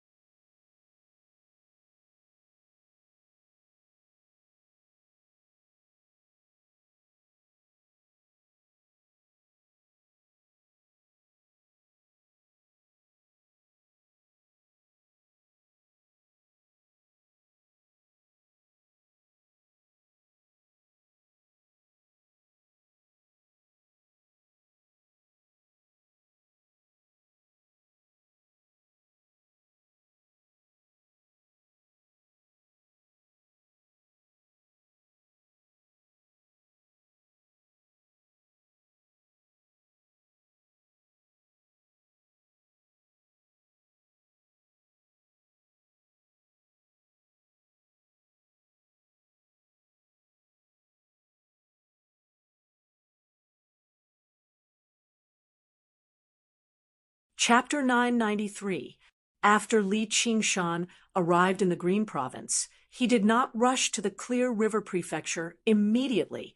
Instead, he searched for Ru Xian's whereabouts first. He planned on persuading her to return to the south. He even specially got Little N to divine for this. When he found Ru Xian after quite a bit of effort, she was currently strolling through a desolate village alone, her hands behind her back in thought. She completely ignored Li Qingshan, who descended from above. "Hey, what are you doing here?" Only when Li Qingshan called out to her did she turn around. "What's it got to do with you? Why aren't you cultivating properly in the south? Why have you returned to the Green Province?" Li Qingshan asked. "I've already told you. What's it got to do with you? Don't tell me you can't bear to part with me." Li Qingshan sniggered and walked over. "I knew it. Someone's delusional again." Ru Xian shook her head helplessly. "Then I don't understand. The Green Province isn't a good place right now, let alone your dwelling in the Chain Mountains. It can't be compared to the myriad poison cult either. It's greatly detrimental to cultivation. I'd advise you to return to the Mist Province. Li Qingshan cut right to the chase. Then why do you want to return to the Green Province? Ru Xian answered with a question. Don't you know? There's obviously some unresolved grievances. It's the same for me. My master is still in the Clear River Prefecture. Ru Xian thought of the taciturn, dark-skinned old man. If it were not for him, she would have died in the jungle of the Mist Province a long time ago. Although they did not seem close to outsiders, it would not be an exaggeration to describe them as father and daughter. After several decades of tireless guidance, the two words Ru Xian were the greatest hope he had for her. However, she was unable to let go of her hatred, which was why she insisted on heading south to the Mist Province. However, the outcome was not too bad. After settling this grievance, it was time for her to return the favor. As a result, she returned to the Green Province resolutely. As for whether it was because of Li Qingshan, she knew very well herself. That dark-skinned old man. Li Qingshan was stunned. He was glared at by Ru Xian. He smiled and said, Senior Huasi, sure enough, I was overthinking things. I'm relieved. You can rest assured for the rest of your life, Ru Xian said.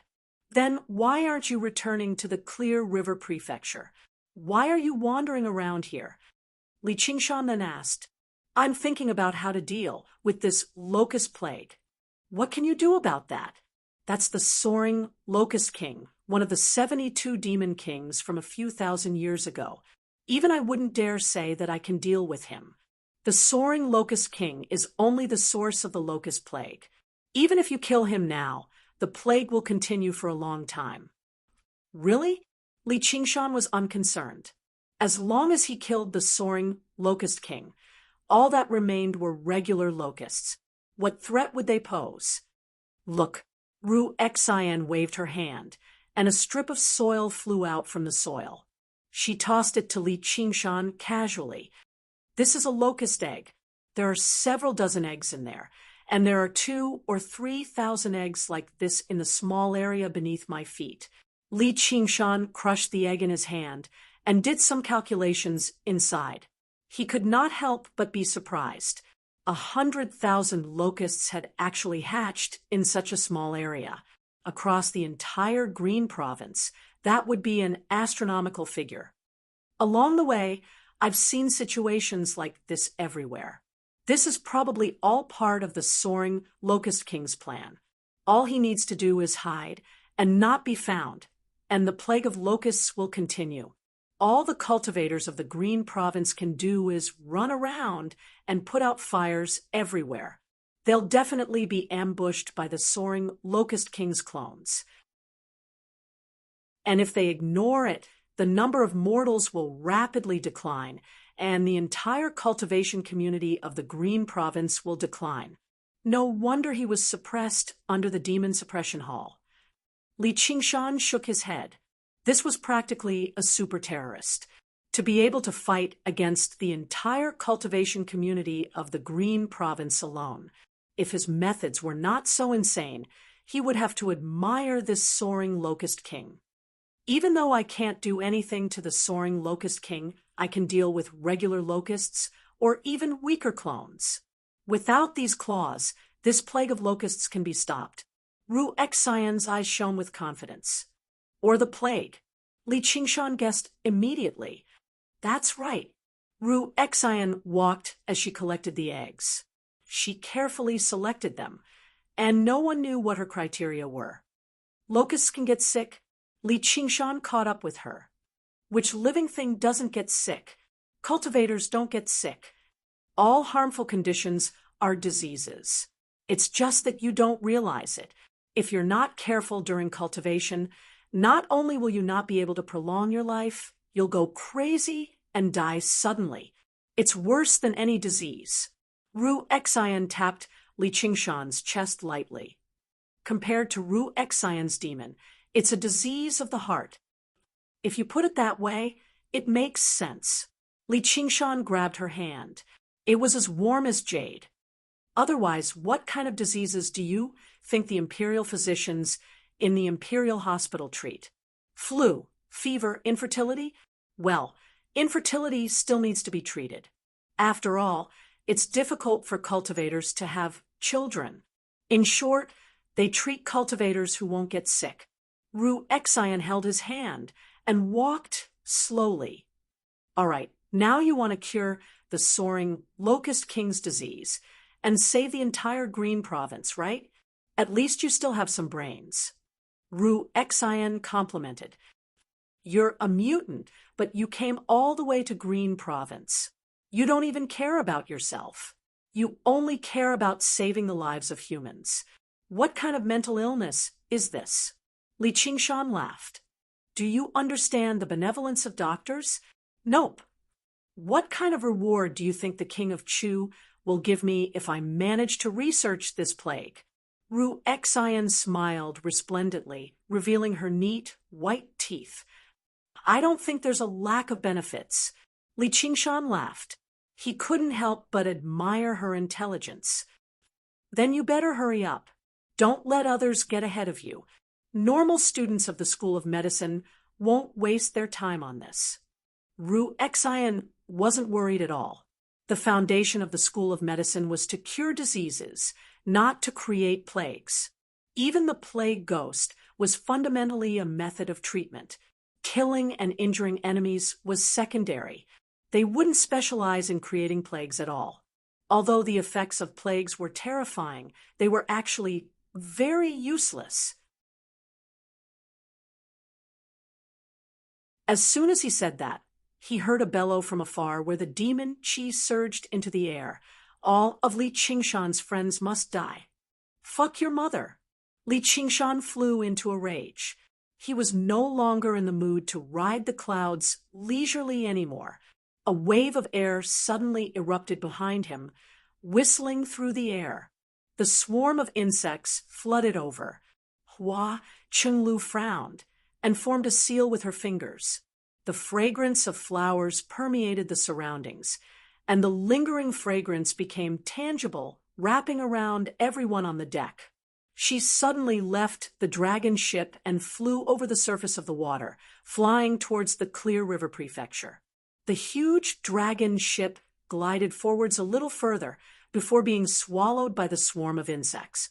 With an ear-piercing screech, the sturdy hull of the ship was forcefully chewed to pieces by countless locusts. Even the sturdiest keel was gone. The mortals who had been enveloped by the fragrance had never seen such a terrifying sight even in their nightmares, and they flew over the river without touching the ground. Apart from Yu Shuquang, Huang Binggu, and Lu Hong, who remained composed, everyone else shrieked hysterically. Hua Chenglu knew that this was not something that regular locusts could achieve, and locust demons would never stoop to eating food like that. It was still something the soaring Locust King had done. The swarm of insects was not just a collection of locusts. All of the clones of the soaring Locust King radiated with surging demon qi, merging with every corner of the swarm. Infected by the demon qi, the regular locusts mutated too. They swelled up and their mouths sharpened. They went from insects that ate grass to carnivorous beasts. A single one was nothing. They might not even be more powerful than a wild dog, but what if there were millions of them? Although the lifespans of these transformed locusts were extremely short, less than an hour, they were the most vicious aspect of the locust plague. Wherever they passed by, there would be barren wasteland. The soaring Locust King isn't just coming for these people. He's going to massacre the entire city. Hua Chenglu understood. Glancing out from the corner of her eye, she saw over a dozen locusts that had reached Demon General Rushover from all directions. Including the boatman and helmsman on the ship, she had several dozen people with her. This was quite a burden on her, so she moved much slower. Just like how the Banyan Tree King and the Great Whale King were known for being big, the soaring Locust King was renowned for its speed for being soaring, which was why the encirclement of the cultivation community of the Green Province had failed time and time again. All of his clones had inherited this characteristic, so they were startlingly fast. Even if Hua Qinglu did not bring anyone with her, it would still be difficult for her to escape. "Commander, this won't do," Yu Shuquang said. "I know." Hua Qinglu's face stiffened. The fragrance that wrapped around her suddenly severed, abandoning all the mortals. She was no longer the little girl from before. Especially after experiencing the Banyan Tree King's wisdom imbuement, she had developed a determination to kill. The mortals stopped crying out and flew forwards a little further. Before they could even realize what was happening, they fell into the river with a plop. "No!" Lu Hong and Huang Bingu cried out miserably. Among them were disciples they had spent many years with, as well as clansmen who had placed all their hopes on them. "My apologies, my two fellows." Yu Shuquang sighed. Lu Hong and Huang Bingu were both speechless. With their experience, they could completely understand this choice, but they were unable to accept reality so easily. They had experienced so much danger along the way, yet the outcome was so horrific. Hua Qinglu immediately sped up, but she was not out of danger. Seeing how Hua Qinglu and the others were in dire straits, he silently approached them, ready to save them. No one noticed him in the extremely chaotic situation. "Big Brother Li." Hua Qinglu blinked her eyes and said in disbelief. The swarm of insects suddenly discovered Li Qingshan and surged over to bite and tear at him. "Demonify?" Li Qingshan muttered. His demon heart flashed, and demon chi surged out violently. 100,000 locusts were knocked away and reduced to dust, creating a hole in the sea of insects. In the center of the hole, Li Qingshan was clad in demonic armor. The horned helmet covered half of his face, only revealing a pair of dark red eyes. His breastplate was like a roaring tiger's head. It was only the simplest form of protection, revealing his powerful bronze skin. He gave off a vicious presence. "You've returned." Hua Qinglu smiled brightly after her initial shock. "Let me slaughter these insects first, and then we can catch up slowly." Li Qingshan wrapped his left hand around her waist and waved his right hand. Chains of demon suppression. Swish! A chain that resembled a black dragon whistled out. It was several thousand meters long, coiling around his hand.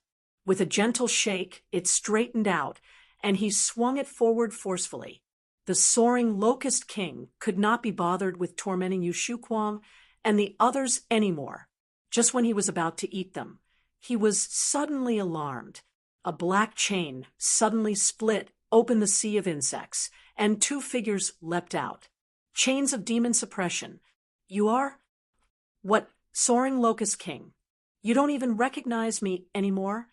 Speaking of which, we've never met before, so I'll introduce you to me today." The black cloud of insects remained entrenched in the sky the entire time, as if they were pressing down bit by bit. Even the cultivators could not help but show fear, while the regular people were scared out of their wits. Some hid in the buildings and trembled, while others ran around the streets like headless flies, crying out.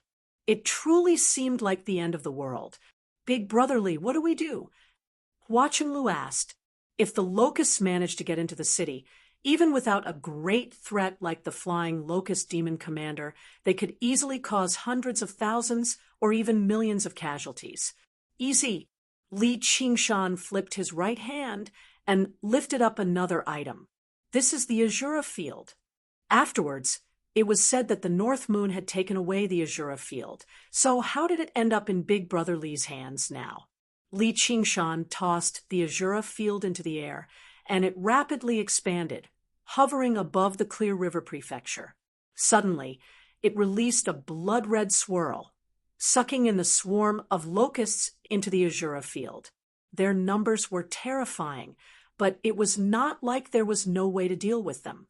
Although the locusts had demonified, they were still regular wild beasts after all. How could they stop a supreme arcane treasure? Li Qingshan, the soaring locust king, will definitely make you die without a proper burial. All of your family and friends will die horrible deaths. The swarm of locusts roared out furiously, vaguely revealing a vicious face. Li Qingshan only responded with a great laugh. Begonia immediately felt the pressure on her lesson drastically. She could not help but look in the direction of the laughter. When she saw Li Qingshan's figure, she could not help but shudder inside. Li Qingshan sensed something and glanced over. So it's her. She really has undergone the second heavenly tribulation already. Although she wore a solemn, black dress, it was unable to conceal her impressive figure. Her face, hidden behind the black veil, instead added a sense of mystery and allure to her. When he recalled everything from the past, he could not help but nod with a smile. However, Begonia immediately looked away, no longer looking at him.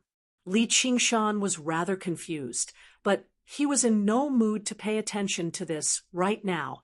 He focused on powering the Azura field and continuing to devour the swarm of locusts. A group of cultivators from the 100 schools of thought had rushed over to provide assistance. They all stopped at this moment, watching this from afar. The Azura field, Li Qingshan. Han Tie's cold face was also slightly shocked. After all these years, had he already become so powerful? Our school of novels disciple has returned. Lu Chuanfeng was overjoyed. The disciples of the school of novels behind him had heard the name Li Qingshan repeated for many years. However, most of them had not even seen Li Qingshan before and had only heard it as a story. Unexpectedly, seeing him with their own eyes, they found him to be even more amazing than the stories. The cultivators in the prefectural city also stopped casting their techniques and raised their heads to watch this unimaginable battle. After Li Qingshan captured the flying locust demon marshal alive, the remaining flying locust king's clones were completely powerless to deal with such a situation. They could only control their bodies and not be drawn into the Azura field. However, they gradually separated from the ordinary locusts and could only flee in all directions. Li Qingshan appeared in the sky above the prefectural city in a flash.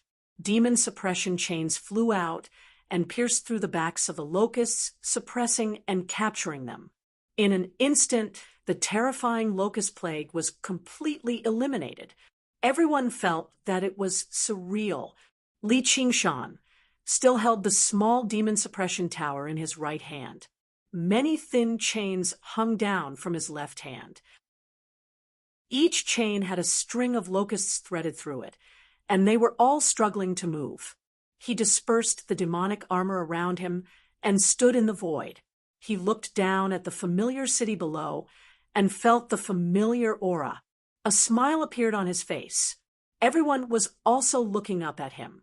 The cultivators seemed to be looking at an unbelievable miracle, while the mortals saw a savior.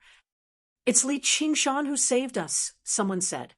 It was all thanks to the flying locust king's repeated words. Then cheers rang out and gradually grew louder. Countless people walked onto the streets and shouted his name. "Hello, everyone. It's just a small matter.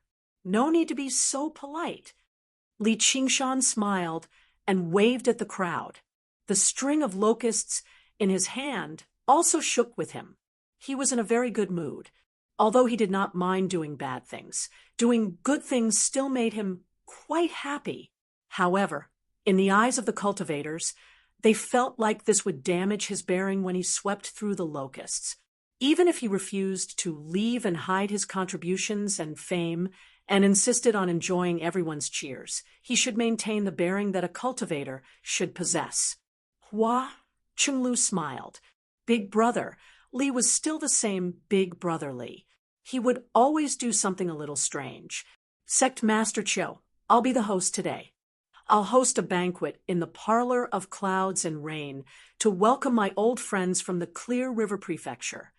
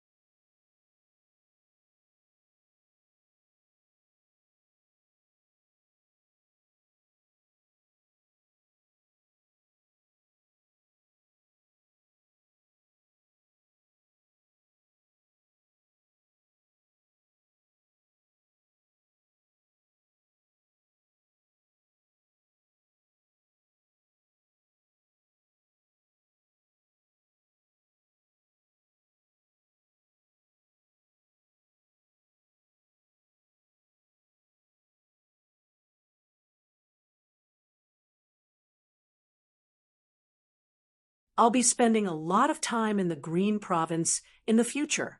Big brother Lee, aren't you the White Hawk commander of the South Sea Commandery? Don't you have to return to the Mist Province? Hua Chenglu asked. As a member of the Hawkwolf Guard, she still valued the authority of the Hawkwolf Guard very much. I've been promoted. Sir Hawk God, our protector, has personally appointed me to go to the Dragon Province to be appointed, said Li Qingshan. The protector, Hawk God. Doesn't that mean you have to go to the Dragon Province? Hua Chenglu was reluctant to part with him. Sir, Hawk God can't be so unreasonable. I've been away from the Green Province for so many years, and it's rare for me to return, so I need to get some proper rest. I'll go to the sect and greet my master, and I have some important matters I need to deal with in my life. Yeah, and as a disciple of the School of Novels, you can't not write for so long. Lu Chuanfeng interrupted from the side. If you hadn't mentioned it, I would have almost forgotten that I'm still a disciple of the School of Novels. Li Qingshan smiled. Qingshan, you can't forget your roots. You're a member of the School of Novels when you're alive, and you'll be a ghost of the School of Novels when you're dead. Lu Chuanfeng also smiled. You're the one who's dead. All right, I'll start writing again when I have the time, Li Qingshan agreed without any hesitation. Very soon, the banquet was set up on the rooftop. Li Qingshan sat in the main seat like it was obvious. I came back in a hurry this time, so I didn't specially prepare any gifts. However, I did gather some local products from the Mist Province over the years, so please have a taste. The spiritual fruits, medicinal herbs, and alcohol were all spoils of war he had slaughtered his way here. They were no longer of any use to him, so he could only taste them. It was perfect for treating the guests. However, the significance to the Foundation establishment cultivators was completely different. Just from the glow they glowed with, they could tell their value. They only accepted it after a series of excuses, thanking Li Qingshan. Big brother Li, I heard that the South is a land of wilderness. May I ask how it's different from the Green Province? Hua Chenglu looked at Li Qingshan seriously. Just now, she was unable to see him clearly in the chaotic battle, but right now, she could sense how he was changing within the unchanging. He seemed more and more confident and high-spirited, as if the world was within his grasp. Suddenly, she thought of the kiss from many years ago. In terms of what's special, there's a lot. Li Qingshan drank a cup of alcohol and mentioned the various local customs and practices of the Mist Province, the man-eating, bone-eating tribes, the savage mountain where demonic cultivators gathered, the mysterious merfolk sea fair, the banyan forest that stretched for thousands of kilometers. Hua Chenglu became rather entranced as she listened. Yearning filled her eyes. The distant land of the South was far more wondrous than the descriptions in books. The rooftop fell silent. Everyone else listened attentively too. They were cultivators countless times more powerful than mortals, but just like how mortals could not leave a village or a city, they also had their own restraints. It was possible that they could never reach the distant South Sea in their entire lives. As he spoke, Li Qingshan's gaze drifted about. The scenes of the past flashed through his eyes again, as well as the dangers he could not mention. Only when he returned to his senses and saw the familiar faces and the familiar night scenery around him did he come to a realization. I've really returned. Li Qingshan gazed at the starry sky. He worked hard in search of strength, but strength was not just about defeating something or possessing something. Instead, it was about breaking free from restraints and seeing sights he had never seen before, going to places he had never been to before. Beyond the 9 heavens was still a little far away, but he had not let down his promise to himself. After the banquet, everyone dispersed. Li Qingshan became slightly tipsy. Lu Chuanfeng invited him to return to Cloud Wisp Island to take a look, but he turned it down. I'll return to my dwelling first and deal with with the clone of the soaring Locust King. I'll go to the 100 schools of thought in a few days. Afterwards, he left Clear River City. He did not return to the Chain Mountains. Instead, he flew southwest based on his senses and arrived before a lake surrounded by mountains. He sensed the aura from the bottom of the lake and leapt into the water with a smile. She said without even looking back, "Li Qingshan, what have you come for?" "If I remember correctly, I have a share here as well. Your man has returned from danger, so why don't you stand up to welcome him?" Li Qingshan arrived behind her with a smile, extending his hand towards her slender waist. "My man's surname isn't Li." Begonia shone with scarlet light, blocking Li Qingshan's hand. "Is there a difference? But since you like it." Li Qingshan's expression changed. His fangs elongated, and his scarlet hair draped down. His hands forcefully passed through the scarlet light and pulled her into his embrace. He whispered into her ear, "Isn't this better? Let go." Begonia's body stiffened. "Since you don't care about me, why did you come?" "Because you care about me." Li Qingshan smiled. "Piss off." Begonia barked. "I'm just joking. I clearly told you to contact me as soon as you emerged from secluded cultivation. You dash. Piss off." Begonia shone with scarlet light, dyeing the dwelling at the bottom of the lake red. The lake water above rippled with scarlet light as well. Li Qingshan knew that now was not the time to be reasonable. He apologized by her ear and whispered sweet nothings into her ear. Just as he had expected, the scarlet light gradually dimmed. She no longer resisted violently. Smelling her faint fragrance and embracing her soft body, he felt even more intoxicated. He kissed her cheek through the black veil, but he saw that the corner of her eyes were glistening. She was actually crying silently. He could not help but be taken aback. Cultivators would not experience such great emotional fluctuations easily. Suddenly, he experienced an indescribable feeling, and his lust vanished. He asked gently, "What's wrong? Haven't I returned? What are you crying for?" "I know you're lying to me," Begonia grumbled. "Fine then. I admit I mixed in a little, but it's definitely not a lie," said Li Qingshan. He was not some infatuated man who liked to do whatever he wanted, but he was not a plant. He could not be emotionless. "Then how much did you mix in the parlor of clouds and rain?" Begonia asked. Ever since she emerged from seclusion and returned to the parlor of clouds and rain, she wanted to contact Li Qingshan. However, when she was not around, Li Qingshan had become the owner of the parlor of clouds and rain for a period of time. This was no different from releasing a monkey into a peach orchard. He could indulge himself and do whatever he wanted. Although this was nothing out of the ordinary in the cultivation world, she was the master of the parlor of clouds and rain.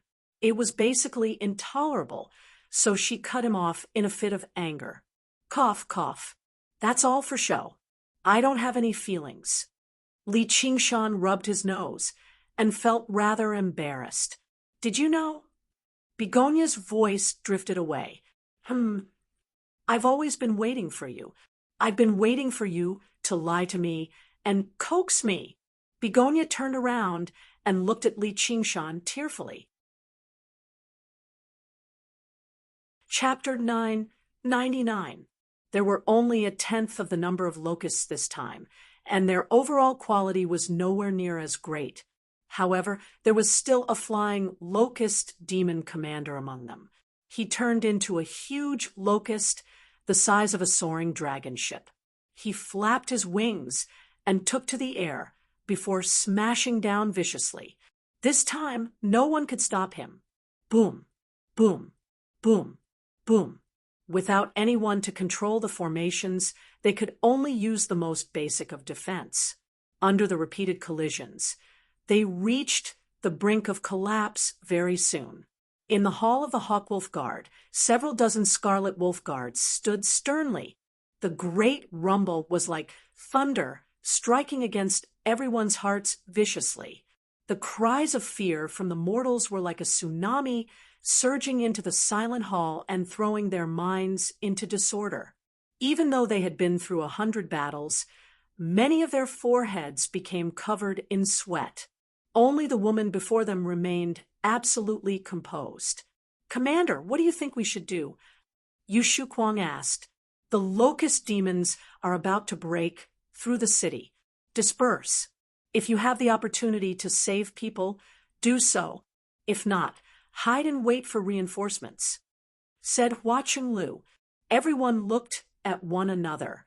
An order like that would make them feel dejected without a doubt. Are there any other orders?"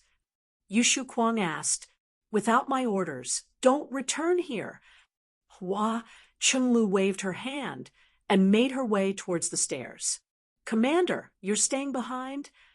Yu Shuquang frowned. Although the Hawkwolf Guard was one of the few structures in the prefectural city that possessed their own formations, the eye-catching Scarlet Hawk on the rooftop would definitely make this place the soaring Locust King's main target. Cut the nonsense and disperse. Hua Chenglu glanced back at Yu Shuquang before disappearing on the stairs. Yes, Yu Shuquang wanted to say something, but he clasped his hands in the end. With his cultivation, he was unable to help her at all. Hua Chenglu immediately noticed everyone's gazes and frowned. If she had guessed correctly, the soaring Locust King's first target this time was definitely her. She seemed to be able to sense the great malice of the flying Locust Demon Commander in the sky. The gaze from her compound eyes pierced through the floors and gathered on her. She directly returned to her room on the top floor. She sucked in a deep breath and took out a formation and a stack of talismans. She began casting them down with a loud bang. Under the bombardment of the flying Locust Demon Commander, the defensive formation gave off a final burst of light before shattering. Billions of locusts came crashing down.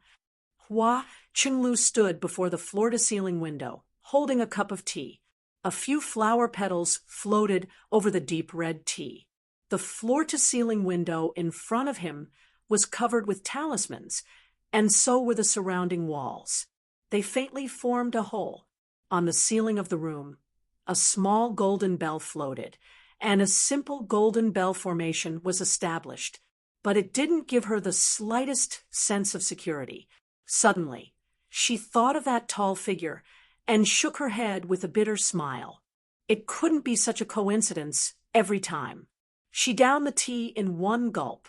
How long she could last was up to fate. There was only one thing, and that was that he absolutely could not fall into the hands of the enemy.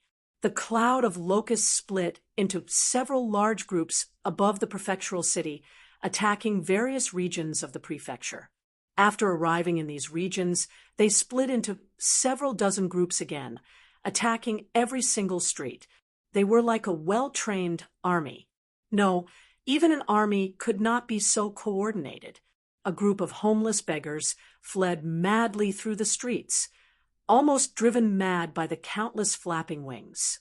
What made them feel even more despair was the buzzing that grew closer and closer behind them. A locust the size of a human had lunged at the young beggar at the very back. Its sharp mandibles bit into his shoulder, and blood spurted out. The young beggar screamed as he struggled desperately, but he was swallowed by the locusts that arrived afterwards. His screams came to a halt. A beggar could not help but look back, but all he saw was a gaping mandible lunging at him. A series of screams rang out briefly, before dying down very quickly. The people who had been lunged at by the locusts were devoured very quickly. Not even their bones remained. All that was left behind was a ground littered with tattered clothes and dark red bloodstains. The strength of a single locust was probably not much greater than a wild dog, but their sharp mandibles and the way they flew were all incomparable to wild dogs. The most terrifying part was their bloodthirsty madness. The The locusts that had eaten human flesh rapidly swelled, and their demon chi showed signs of condensing too. As long as they continued to eat, not only would they not die rapidly, but they could even become one of the countless clones of the soaring locust king. This was why the soaring locust king did not care about its losses. Regular locusts could be replenished with insect eggs buried deep underground, while clones could be transformed from regular locusts. They could constantly roll on like a snowball until there was no more snow left. At the very front was an old, gray-haired beggar. Every single step he took was more than 10 steps away from others. Even as he fled, he gripped a metal club firmly in his hand as miserable cries rang out. He suddenly stopped and turned around, staring straight at the incoming swarm of locusts. Insect-free world. With a flick of his wrist, he unleashed a series of blurs with the club. Over a dozen locusts were sent flying. You damned demonic insects. I am the leader of the beggar sect, Hong. Before the old beggar could finish his sentence, a gust of wind blew past. A giant locust lunged at him. He hurriedly used his metal club to block it. With a crack, the metal club was bitten in half. Duke Jiu. He channeled all his internal energy and slammed his palm on the giant locust's head. Viscous liquid splattered everywhere. If it was a human or beast, they would have been dead for sure. However, the giant locust only paused for a moment before its mandibles continued to bite down. Crack! Duke Jiu. The beggars wailed. An old head flew into the air, filled with disbelief. Before it landed on the ground, it was grabbed by a locust and started devouring it. The life force of insects had always been renowned for its toughness. Even the most ordinary of insects was like that, let alone one of the clones of the soaring locust king. The soaring locust king used regular locusts to deal with regular people, and it controlled clones of different powers to hunt down these humans who could still put up a fight. It did not blindly use the tactic of swarming them. Instead, it pushed its advantage in numbers to the limit, doing its best to devour as many humans as possible. It was like a cold chess player overlooking the chessboard. Even when they hid in buildings, they were unable to stop the locusts from breaking in.